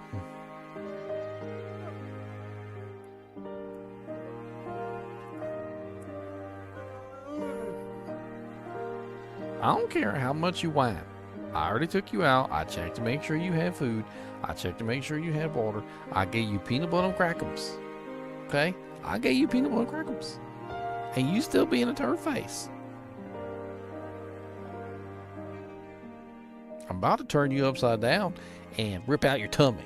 How about that? Rip your whole tummy out. You don't need it anyway. And eat your tail. Looks like a tasty tail. I think I probably want to eat it. Fricassee it up. Fricassee tail. Cuba's tail. Monsum dog tail.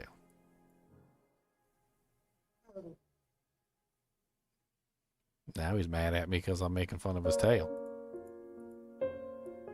Can't win.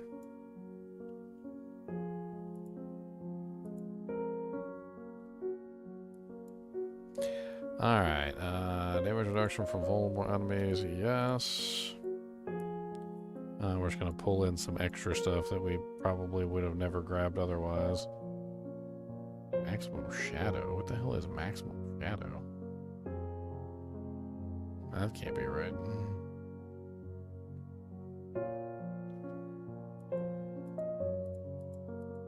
Let's go ahead and snag it. I don't even know what the hell it is. Healthy damage bonus. Sounds good to me.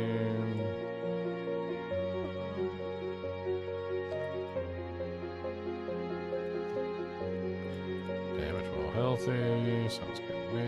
Get that. I'm pretty sure these are werebear bonuses. I don't know why they say fire damage.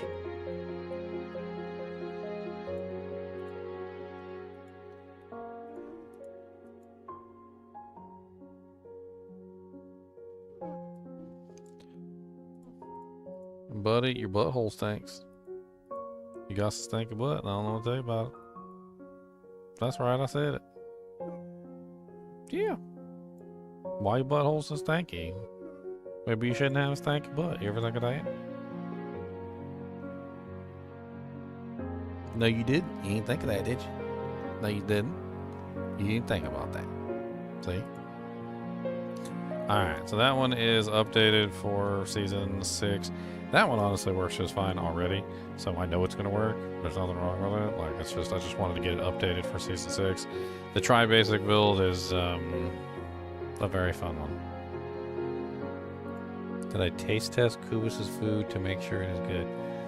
Since he slobbers it all over it every single time he gets an opportunity. No. No, I did not. No, I did not do that. No. Okay, so we got Kepe Leke build, which is really interesting, and I'm actually kind of curious to see how that one turns out, because that one might be ridiculously powerful. We got the Centipede poison build, which is like full Centipede, massive amounts of poison damage. Should work out really nicely, depending on the multipliers that we've got running. The Thorns Gorilla Payback, I'm a little bit hesitant on that one, because I'm not sure if I've got enough multipliers in it. But I do have plenty of Thorns damage, that's for sure. Cody, I'm going to put you in a headlock, and I'm not going to let you go, because you won't shush. I got the Quad Basic Spiritborn. This is a build that's basically designed around 4 basic attacks. So this one should be crazy, too. I was actually thinking about starting as the Quad Basic Spiritborn. Calm, yo, self, down, stop, being so weird. Why you so weird? What's up, Knight? How's that going? Just trying to figure out what character I'm gonna make. At the start, I'm leaning towards I kind of did a gorilla thorns like you did. I didn't see you make that one, so I don't know if it's exactly the same, but I mean, the one that I did is, I don't know if ours is the same. Did you do Payback as your main ability? Rock Splitter is my main ability, and then I'm using the simple reprisal to get payback every time I do a third attack of Rock Splitter, and then I'm also using the unique staff to make it so that all my basics are the third cast or third attack. Oh, I took a different path. So I did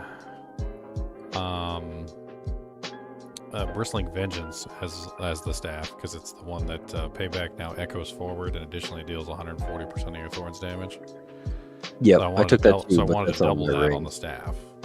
So that becomes 280 with that. And then I also went with the simple reprisal so that I could get the free casts of it. And I'm also using Loyalty's Mantle so that you can get the 100% more potent effect on the main primary spirit. So when you grab the Gorilla, which is 100% Thorns, like all Gorilla skills are 100% Thorns, the Loyalty's Mantle turns that into 200% Thorns for all abilities. That's pretty nice. I didn't do that. I just went with Shaco because cooldown. Then I was using I think you definitely want to go with Loyalty's Mantle for this one, because Gorilla's crazy with the double effect. Well, I was thinking getting as much cooldown so I could keep the Armored Hide up permanently, pretty much. I mean, Armored Hide is nice. Massive amount of Thorns. But Armored Hide gives you, 100% when you evade their monsters?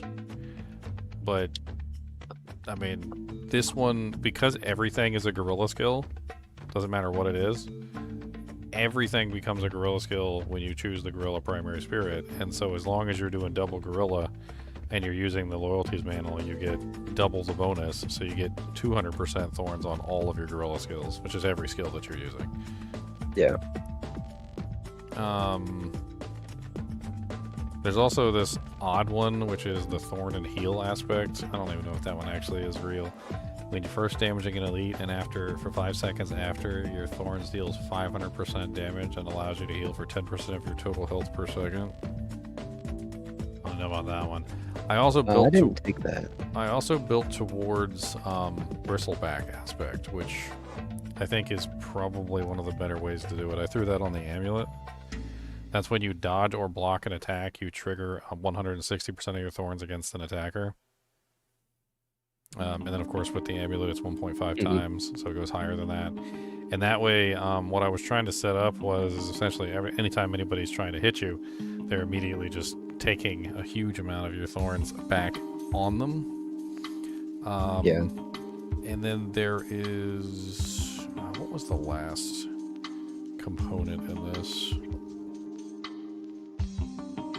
So if you took that, that means you're probably going quite a bit of Dodge? Dodge and block, both of them. And you get plenty of block by using a staff. So if you just use a staff, you get 45% block chance. So 'Cause I saw- instead of using a glaive. I took the glyph that's deal increased thorns damage equal to your dodge percent. Yeah, I got that too. Yeah. And then you get dodge and block together. Like you don't. It honestly, the whole thing kind of just like works together really well, like synergistically. I also grabbed the intricacy passive, so I could spam payback multiple times in a row. Yeah. Lets you spam payback 4 times, which is really nice.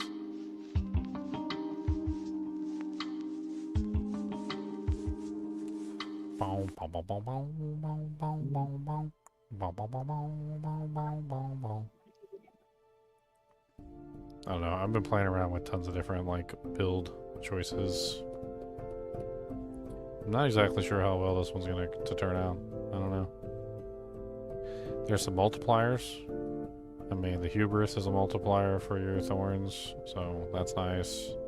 There's also a multiplier for your thorns in the what is it? The toxic skin. You get a 20. You get a multiplier through there as well.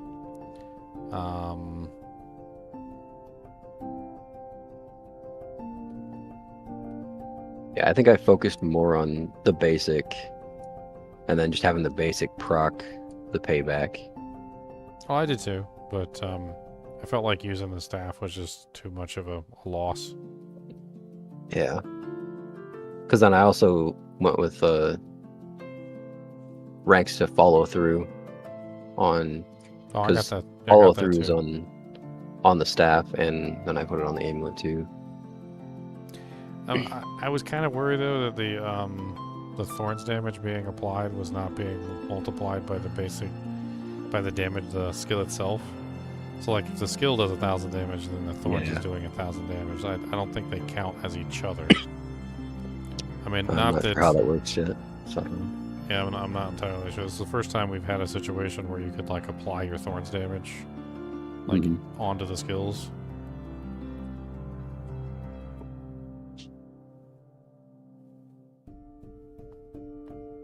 My guess is that it's not the actual ability, like adding the damage to the ability. I think it's just in addition to hitting the target.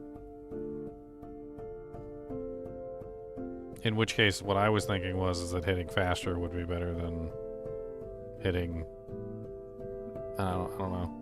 It just that way you're attacking multiple times. You're doing 2,000. You're doing 200% thorns every single time you do rock splitter, no matter what, and 300% thorns when you get to the third attack, with the 30% chance. So it's not like it's a terrible option.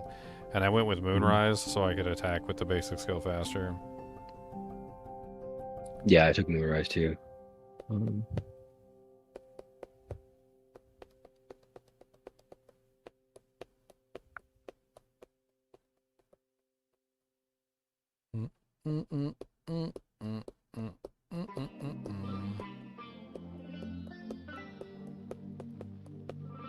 know. It's an interesting build. My main worry about it, though, is that there's just not enough multipliers. There's plenty of thorns damage. There's not very many multipliers for the thorn damage. Like generic multipliers that work for just about anything. Yeah, it depends on if it does scale with the ability you're using or not. Because like if it scales with the ability, Moonrise would be crazy. 100% increased damage. I mean, if it does, at that point you just go full rock splitter. Yeah.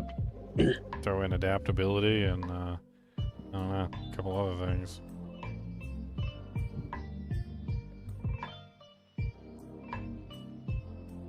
I don't know. It honestly, the amount of thorns coming out of this build is just absolutely insane, though. And I don't know exactly how much damage it's going to do because I can't actually get in game and test it. But did you think about Tormentor's aspect? The enemies who moved while poisoned take 200 I just couldn't. I just couldn't fit it in.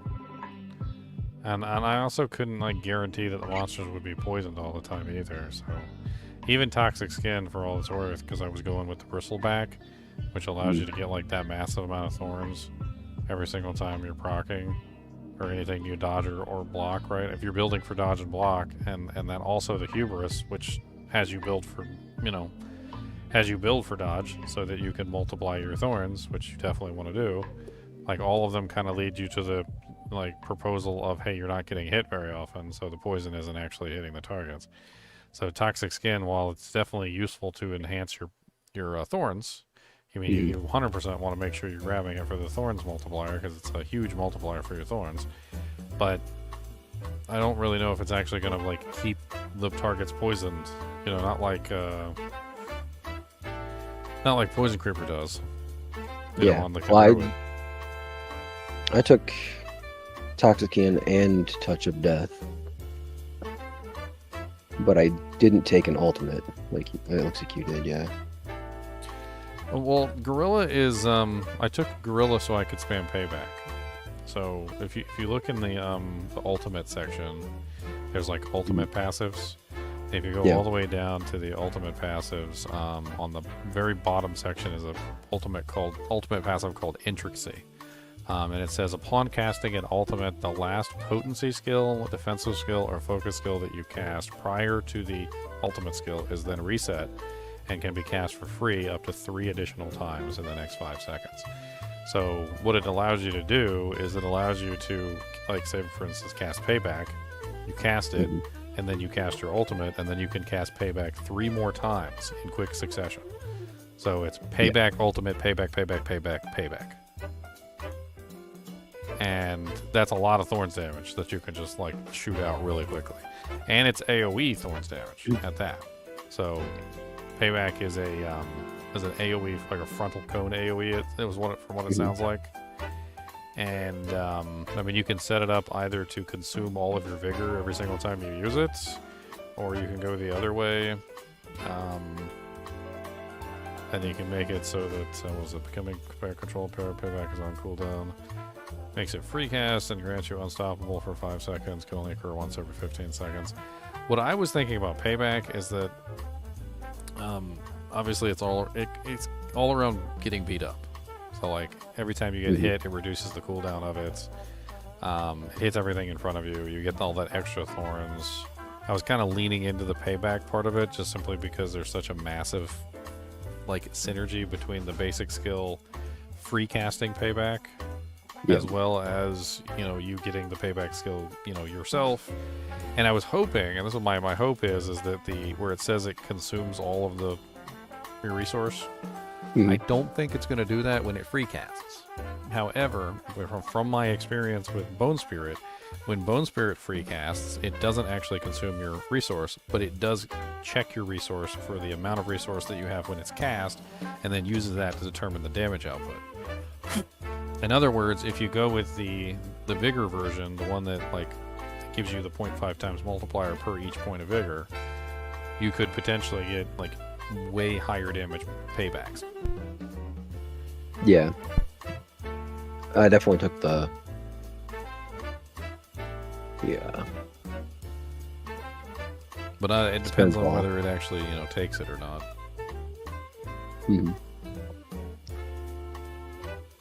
And I would assume if you get the free cast from the basic, it wouldn't take all your vigor. I don't... That's the assumption, is that it's not going to take your vigor if you get the free cast. Of course, you're still going to be able to cast it yourself.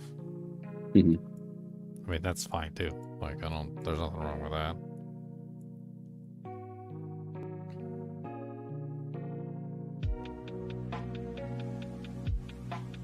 Probably want to grab the maximum vigor while my skill is equipped too. I forgot to do that.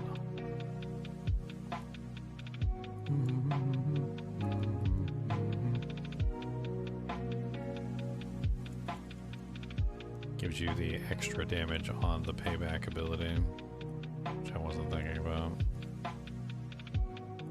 Of course, we're Theorycrafting characters that like we've never actually played with any of their abilities, so Or And all we then know we what, get in the game and we hate it. We're like, I hate it. Thank you. Thanks, I hate what runes were you thinking? it. I went with Cax, which is your next non-basic skill. Casts spends all your primary resource and deals 100% increased damage.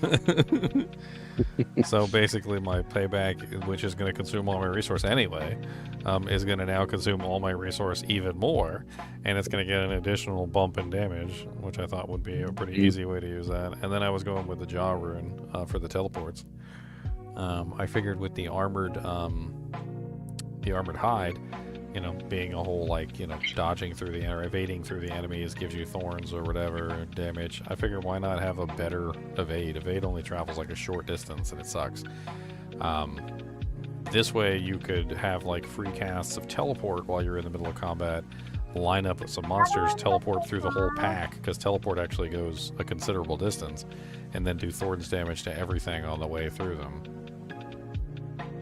If it works that way, which is something that I'd be willing to test out. But free teleports with armored need carapace help. sounds good.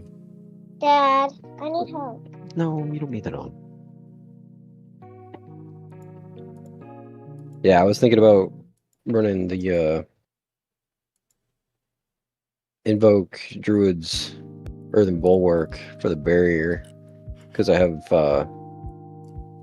I took the increased thorns while I have a barrier. Well, yeah, if you also grab Auspicious, you get accumulating thorns just naturally as you, like... Yeah, but it's only if you get Refreshing. don't take damage, though.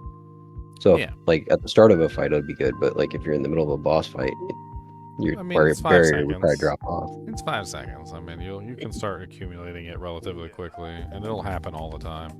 I played around with the rune, the Theo rune. Oh, now my hair Or not the is- Theo rune. What's the rune? It's called the Neo rune. So back when the PTR happened, the Theo rune was deal damage after not taking any within 5 seconds, and you get 300 offering, right?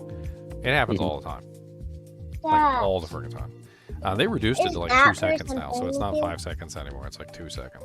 'cause But I can't hear. like 5 seconds is really not that long, and it'll generate barrier pretty much constantly.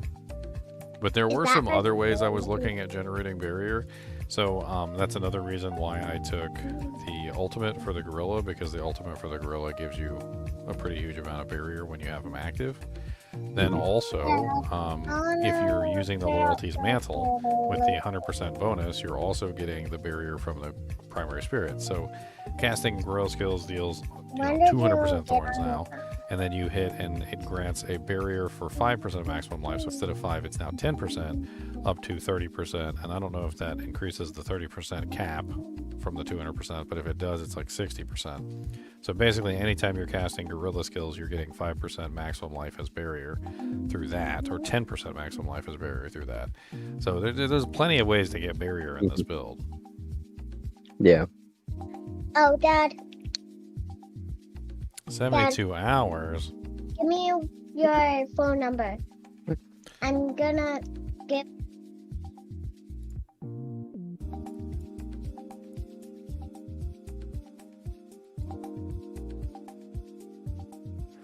Oh, do you know if there's going to be any groups starting on Tuesday? I don't know, to be honest. I didn't do a sign-up sheet, and instead I did the BattleNet sheet because I was doing the purge, and then everybody thought it was the sign-up sheet, and so now I don't really want to like remake it. Huh? Because, yeah, I didn't take Monday off because I thought it was launching on Tuesday. But, Well, I mean, are you working at nighttime? yeah, I work third shift. Oh, 6 to 6. that's terrible. It's a Yeah. horrible night. Wait, what did you? So I won't be able to play until Tuesday. It's horrible. Yeah. I I did mean, we're the next probably weekend, it's not like we're gonna be rushing to the end. We're probably all gonna be doing the campaign and stuff and just having fun. Yeah. Like with the campaign, you know, trying to avoid spoilers like left and right. hmm I'm gonna go sleep until it's time for the season to start. I'm trying to do like refresher videos and and other small things. Like I did like a refresher on the tempering system, the master working system, and the Uber boss system. Playing around with that. Just you get people caught up. I know there's so many people that are coming back from like really old seasons. So like, well, when's the last time you played? Well, last time I played was season 0. I'm like, man, that game sucks. Do the resistances still not work? No, they fixed those finally in like season 3. Not even the same game. Hey, Ghost Wolf, thanks for the follow. Appreciate it. There we go. I thought I'm trying to think what else I want to theorycraft today. Like, I've been theorycrafting a lot of fun stuff.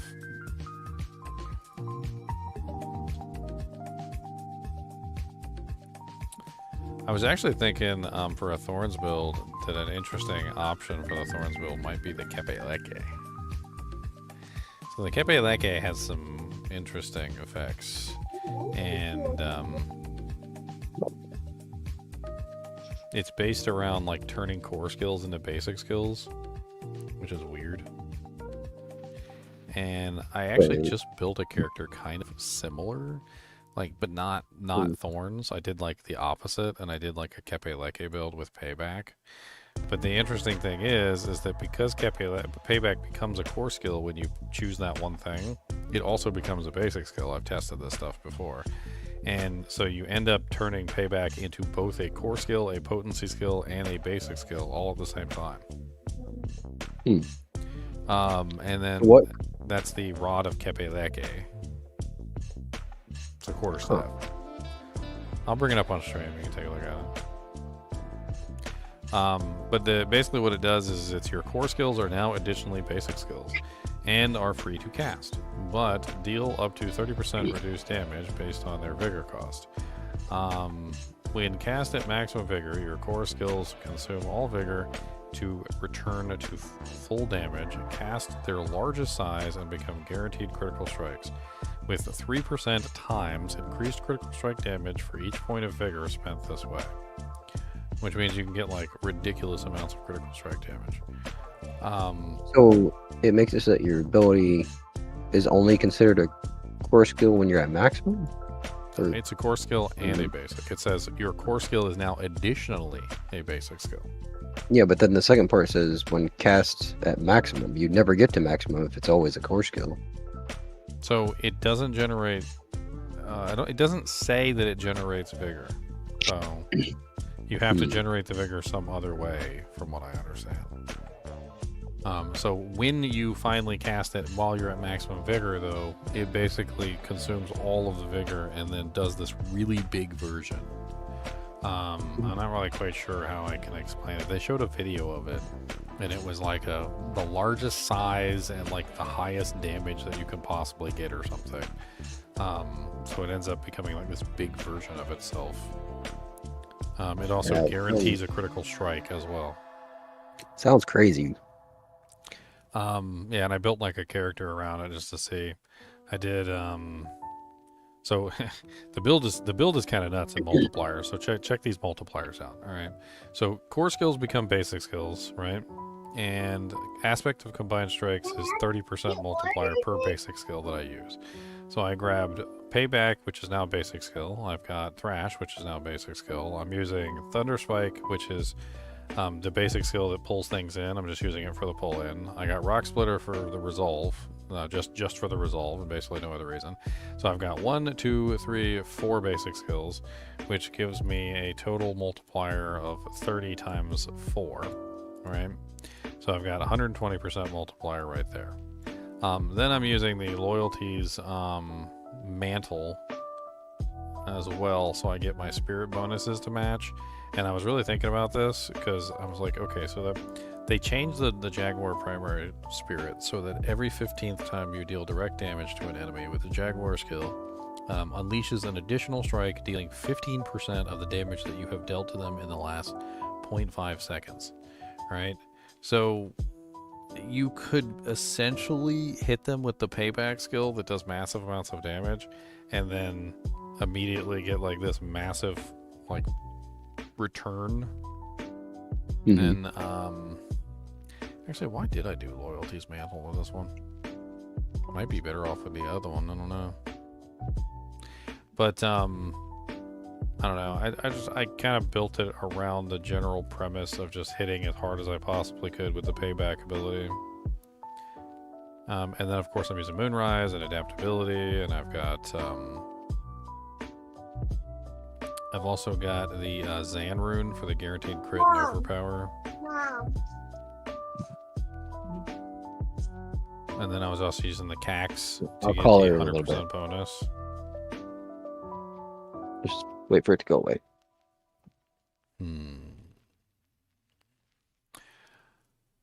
Now I'm gonna be playing Spiritborn like all season. It's just gonna be Spiritborn. That's it. We're just playing Spiritborn. What other classes are in the game? I don't know. Spiritborn. It's going to be a lot of changing. So there's this other helmet. It's called the Harmony of Ebiwaka, and it's also kind of neat because it kind of promotes you into building these like weird builds that have no synergy with it themselves. That you basically want to build a non-synergy build, and it says your skills are all additionally Jaguar, Eagle, or Gorilla or Centipede skills based on your secondary Spirit Hall choice. Each spirit type a skill has increases its damage by 50%. So, say for instance you're using Centipede skills, and then you choose your main spirit as Jaguar and then your sub-spirit as Gorilla. Now your Centipede skill is a Gorilla, Jaguar, Centipede, right? So Gorilla, Jaguar, Centipede. So it's 3. So that's 150 times multiplier for basically all your Centipede skills. It's crazy. And then you can combine that together with other things as well to get even more multipliers. But I kind of set up like a whole poison build around the general idea of the Harmony of Ebiwaka and utilizing the pestilent swarms to try and see how I could like multiply those. It looks like it's going to be ridiculous. I don't know how ridiculous, but it looks like it's going to be ridiculous. I'm not really all that impressed with the Centipede Spirit bonus anyway. Like, it's okay, I guess.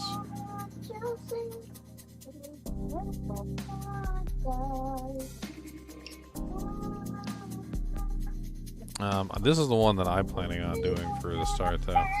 It's the Claude basic build with the Sepazontek. I'm kind of doing like all 4 with the combined strikes on the amulet slot to get the 45% multiplier, and then using all 4 basics so I can get 45% times 4, which is a lot of multiplier. What the hell is that? 45% times 4 is 180% multiplier for just the aspect of the combined strikes. With that plus the staff, couldn't you make it so you have 6 basics? Well, if I went that route, I wouldn't get the every 3rd cast, which is what I was planning on doing. Because I wanted to do the 3rd cast thing and then get like the payback. I was using payback in here too. I'm using Moonrise, adaptability. I'm also using a lot of ferocity stuff, so I got like the duelist aspect on the boots for the extra stacks of ferocity. I'm not entirely sure. I mean, if I went with the other staff, the problem is that now I'm not getting the 3rd cast every time, which I was kind of designing around. Because a lot the skills have specific things that they do on the 3rd cast. Like, the Thunder Spike pulls things in on the 3rd cast. So I was pretty much just relying on Thunder Spike to be my pull-in. I wasn't actually going to use it for anything. And then, like, Rock Splitter, I can't remember exactly, but I had kind of, like, designated specific ones for specific purposes. Yeah, Rock Splitter is the one that I'm getting resolve from. And, I don't know, taking the staff off makes it a little bit more difficult to get those things. I also have no idea how fast these abilities are either, so... I like how all the basic skills are mobility skills too, and I'm kind of afraid for my life because I'm going to go in with this build, and I'm just going to be like flying around the screen.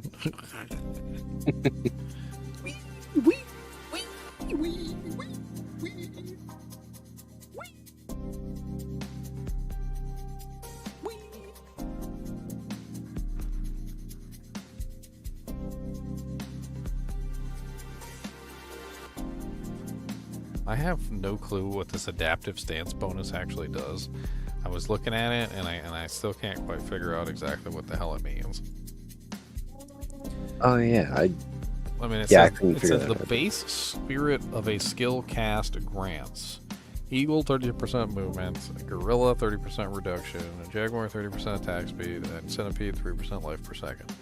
Casting a skill of a different base spirit swaps to the new bonus, right? So I'm assuming it just like rotates through the bonuses. And then it says increases core stat by 50% for 5 seconds. Does that mean you get core stats increased by 50% for 5 seconds for each spirit that you're swapping through? Or is it just 50% for 5 seconds?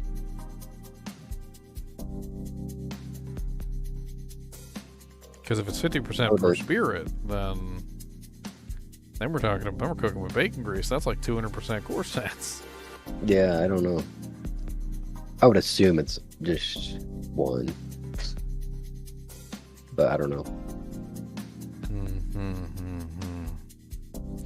But the base would probably mean like the base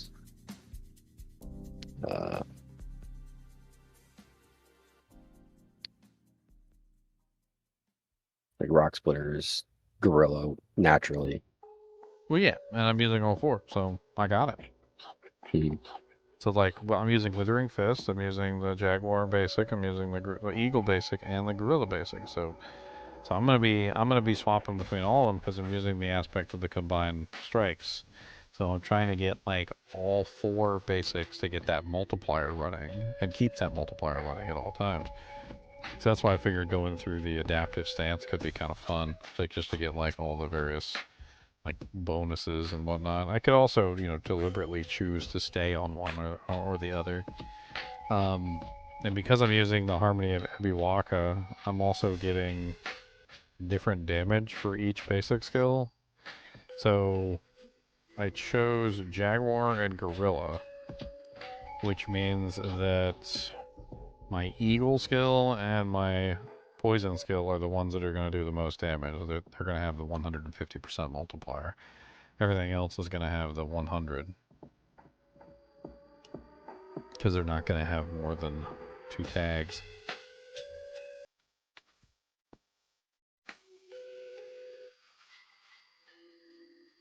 You might also consider using Thunderspike in your build for your thorns, because it has a reduction for your evade cooldown by 5 seconds.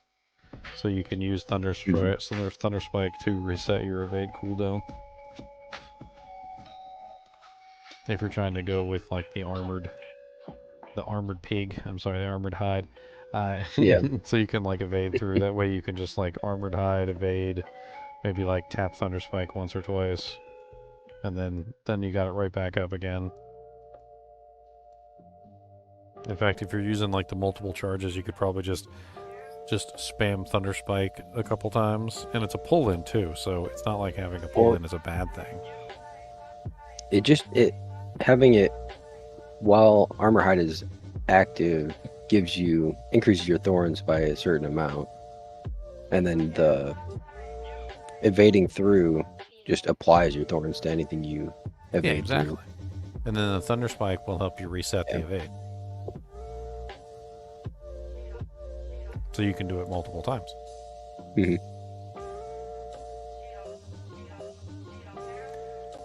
The duration of armor hide isn't really that long, though. It's only 4.2 seconds. You can increase it with the temperings.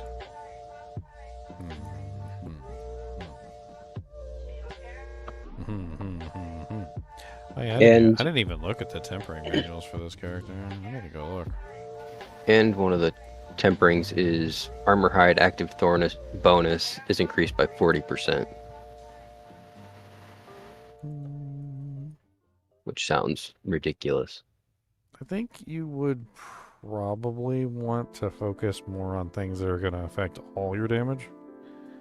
Because since Gorilla's applying your thorns to everything, I mean, you've got thorns applying to your entire character all across the entire board. Mhm. So anything that's gonna like add to all of your thorns is gonna add to everything else anyway.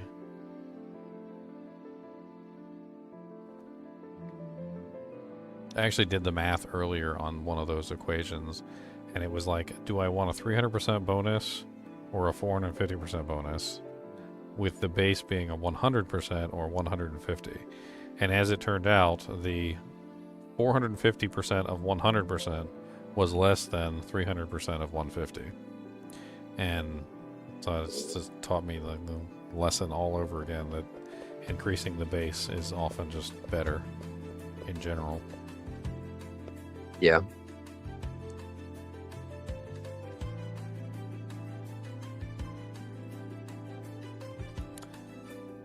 There's so many on here. So world stability, that's an older one.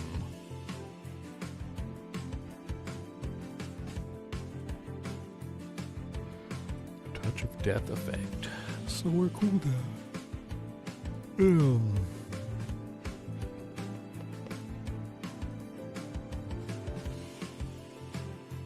Plus 1 to 2 to auspicious. What is that?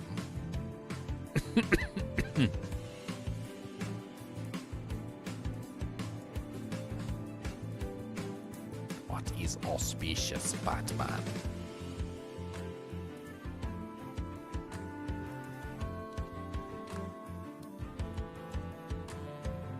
Oh, that's the barrier one.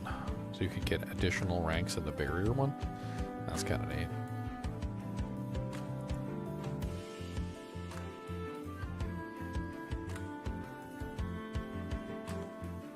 Basic damage, core damage. Just raw thorns. I'm not entirely sure. I know we went over this before with like the barbarian, but the raw thorns might outpace the thorns with barrier now on this character. There's just too many ways the thorns are being enhanced. It's crazy. I mean, there's multipliers for the thorns. There's just in crazy amounts of just increasing the percentages of them, like all over the place throughout the tree. I don't know how much thorns the character's going to have by the time he's finished, but honestly, it might not seem like a lot, but even just dropping 70 in the bucket with all those multipliers and various things might be a massive amount. I think we're right back to Diablo 2 land. You know how in Diablo 2, if you have really large amounts of percentage bonus to attack rating, like 1,000% bonus to attack rating, like you have so much percentage that raw attack rating becomes more powerful than percentage at that point. Mm-hmm. Yeah, I was wondering if, because you can get Bastion as a tempering too, which gives you base thorns. I don't know how much though, because my planer doesn't say. I mean, did you see the ring? It has a pretty large thorns on it. A unique ring? Yeah, it's a unique ring. I'll bring it up on stream. It's called Wound Drinker. It's 373 thorns on it, without a greater affix. It also gives you the passive effect of Toxic Skin and +4 to Toxic Skin.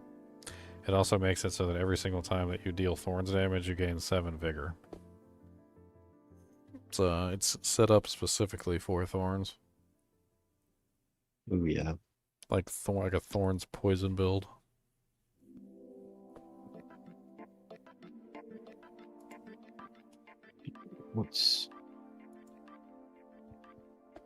That is pretty good.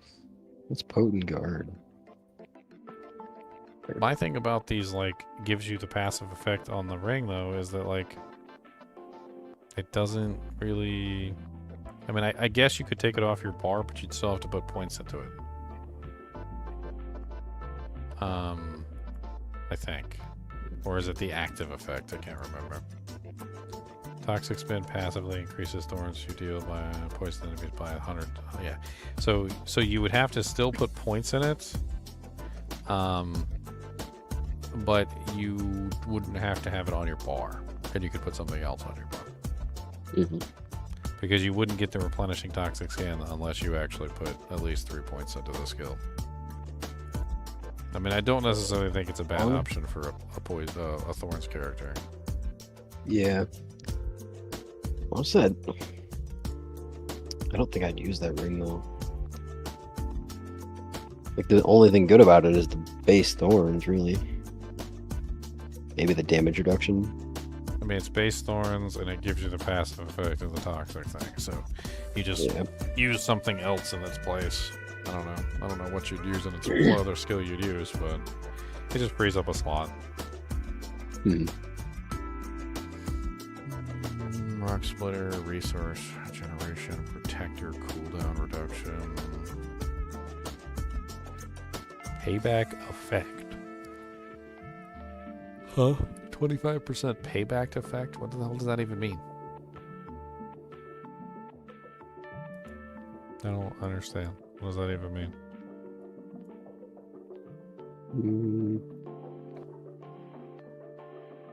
No idea.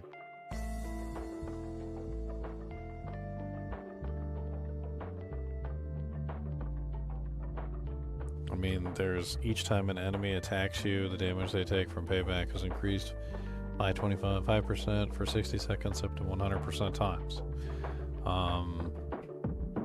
Maybe it's increasing that. Could be. It's part of the effect of the payback, so that would make sense.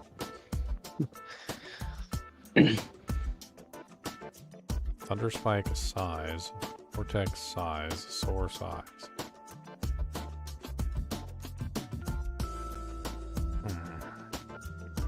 Thunderspike resource generation.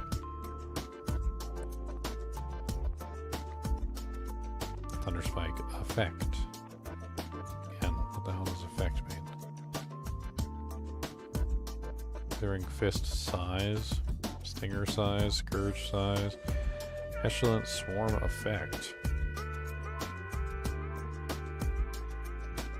150% pestilent swarm effect. Totally forgot to even look at these.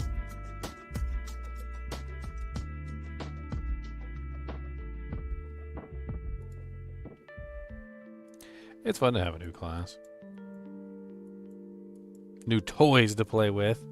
New toys.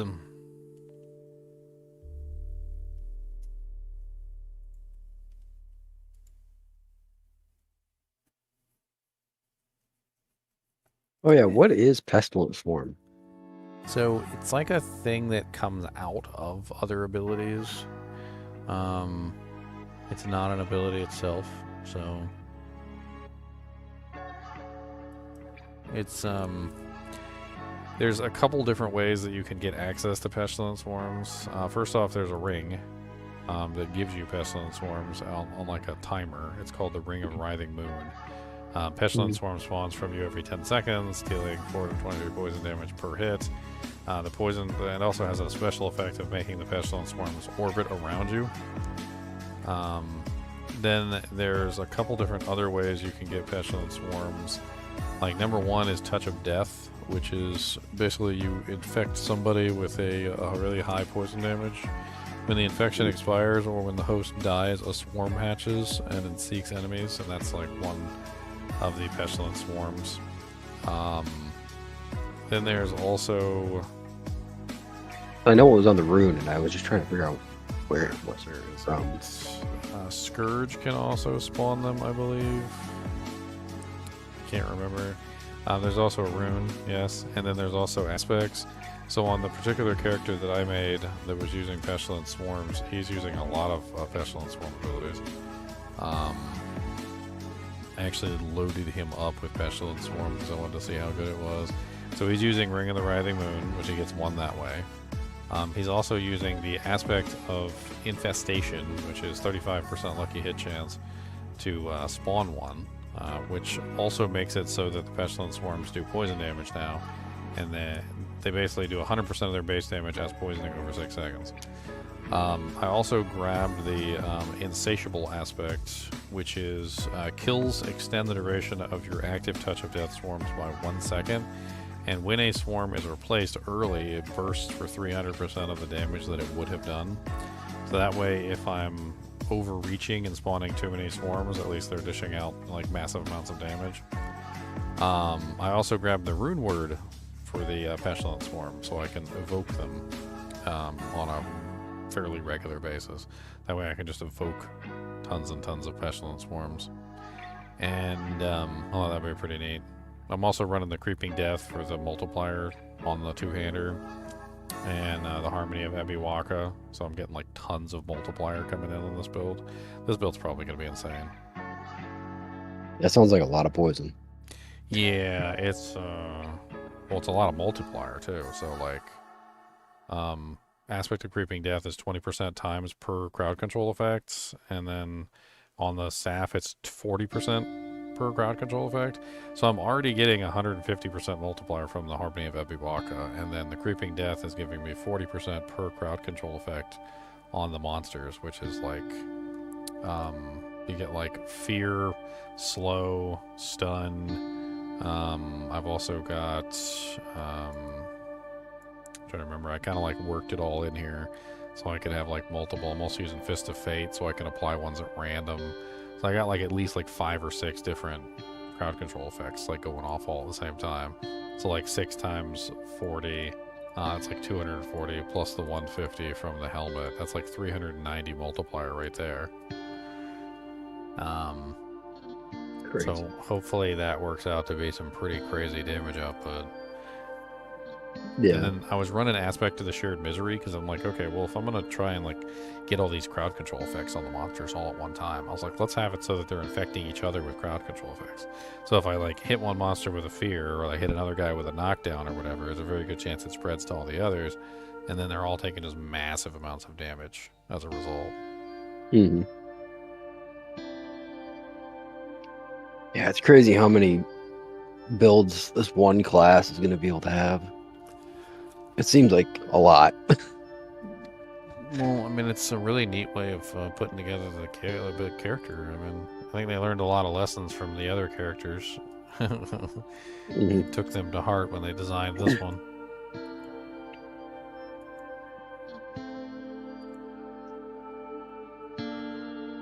Once we get in, then we hate him. It's like, oh, it's a terrible class.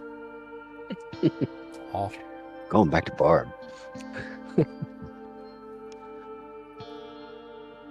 Sork's still going to be overpowered, do you think?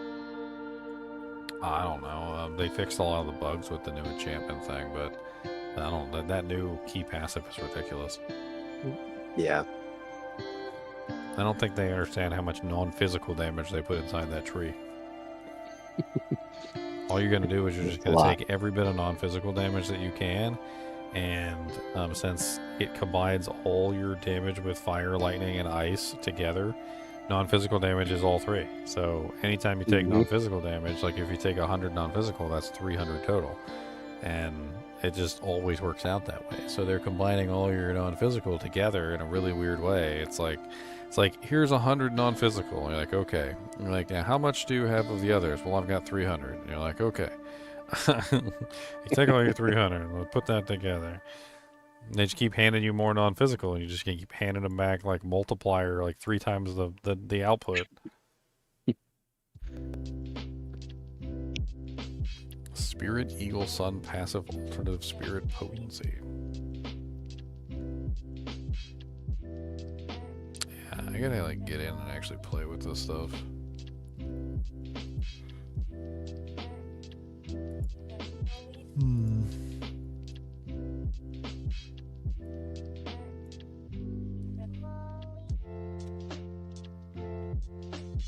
Oh man. I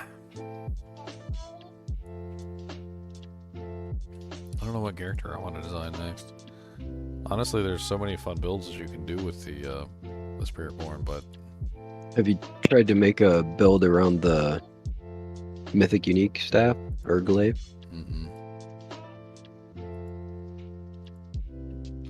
I also haven't made anything around the eagle yet either. I'd like to try and make like a really powerful eagle build. I mean, Eagle's all about moving and keeping moving, right? Casting an Eagle skill grants 4 seconds of Storm Feathers, movement bonus. I'm gonna be honest, the Storm Feather thing doesn't look very attractive because it reminds me of like the Blood Orbs or the Crackling Energies. But it does look like there's ways to pull the Eagle Feathers to you, which is at least somewhat better than the others. Yeah, I was watching. It was Rob earlier, and he was playing the eagle, an eagle build. I don't know what kind of eagle build, but there was just feathers all over the screen. Oh yeah, I saw Budijo play it in the PTR. There was just feathers everywhere. But I mean, AoE damage is AoE damage is AoE damage. I mean, it's there's no. You're still gonna have to set up the character to be able to kill bosses, and if you can't kill bosses, then what's the point? Yep. It looked to me like a lot of the builds for the Eagle were just really high AoE, like clear speed, but not really that great at taking out single targets.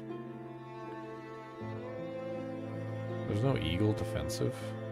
That's interesting. There's 2 Gorilla defensives instead of an Eagle defensive. Didn't even realize that.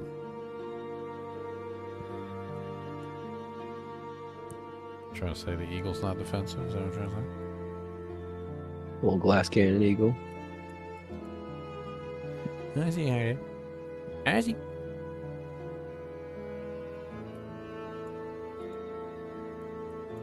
I mean, the Eagle has 2 focus skills.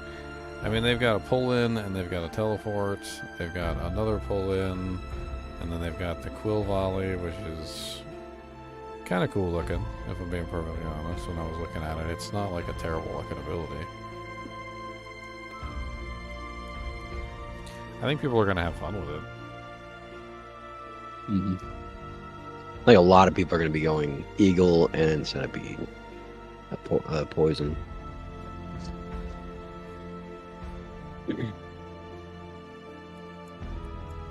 I think my build might be the best.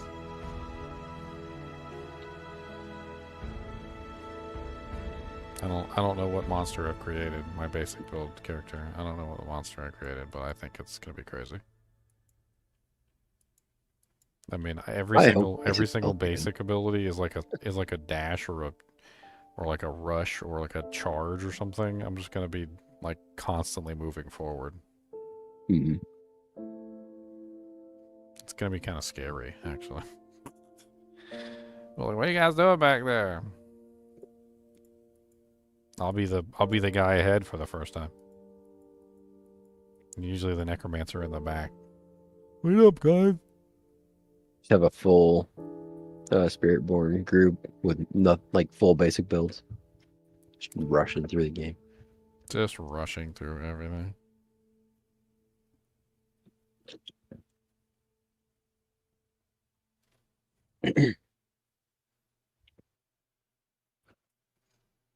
What is the unrestrained power passive? Just learning about all this stuff.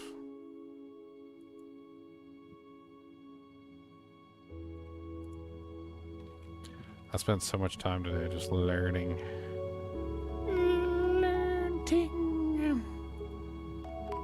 Yeah, I didn't actually look into the Jaguar skills too much, but I saw, I don't remember who it was, if it was Rax or Rob, I don't know, but one of them was doing a Jaguar build, and they were talking about how with the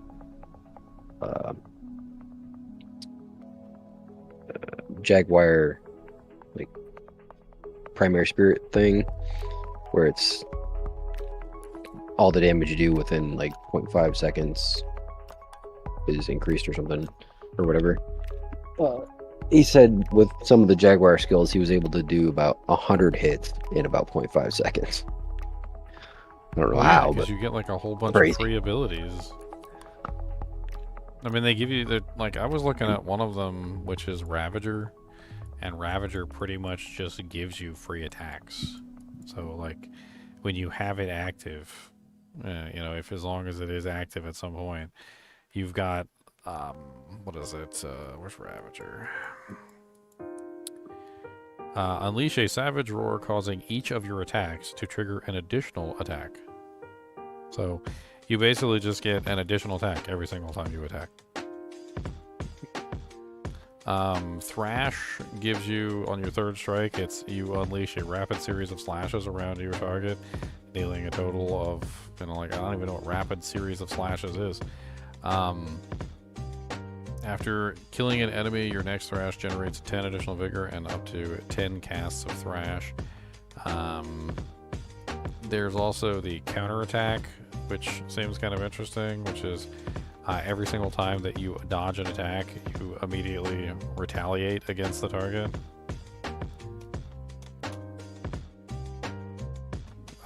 I would imagine that if you're running like counterattack and Ravager and you have like a full series of, you know, abilities running, and you're doing like ferocity with like max attack speed, yeah, I could see doing like crazy numbers of attacks. Absolutely ridiculous. Especially with how high you can get ferocity. It's gonna be fun.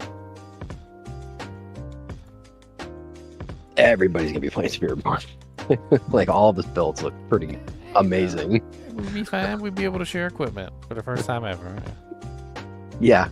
Everybody will share equipment. But like, hey, you got that? You get that? I need Zeppelinonek staff. I need a Zeppelinonek staff. Come on, you know what I'm saying? Give me one of them. Give me one of them. I need one of them helmets. The necky waka, the backy waka. Come on, man. Come on, man. I need it.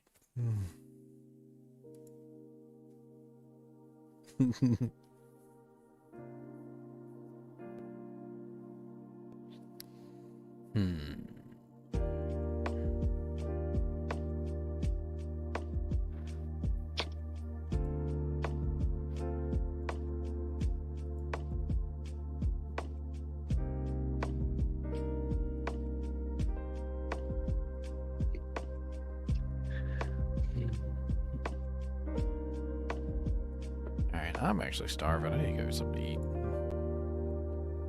I was thinking the same thing. I'm just hungry. Yeah. I'll be back in a little bit. Alright, guys and gals. I'm gonna go get myself some dinner. I'm starving. I've been streaming for like 7 hours. I will see you guys Laytown. We still got 3 full days. We got 72 hours before 72 hours before freaking launch, and we're gonna have a whole lot of fun. I know I'm gonna have a whole lot of fun. I've already been freaking looking into just drooling over these freaking skill trees. We're gonna come back and we're gonna do some more theory crafting too. I'm sure I'm gonna have some more ideas here. I definitely want to try and set up like a full Jaguar and set up like a full Eagle. I just want to see how those run, and then I don't know. We'll see. Anyway, as always, I do appreciate you guys and gals joining me for these little theory crafts. I know it's not as exciting as when I play the game, but I don't have the game and I can't play it yet. So as always, keep watching.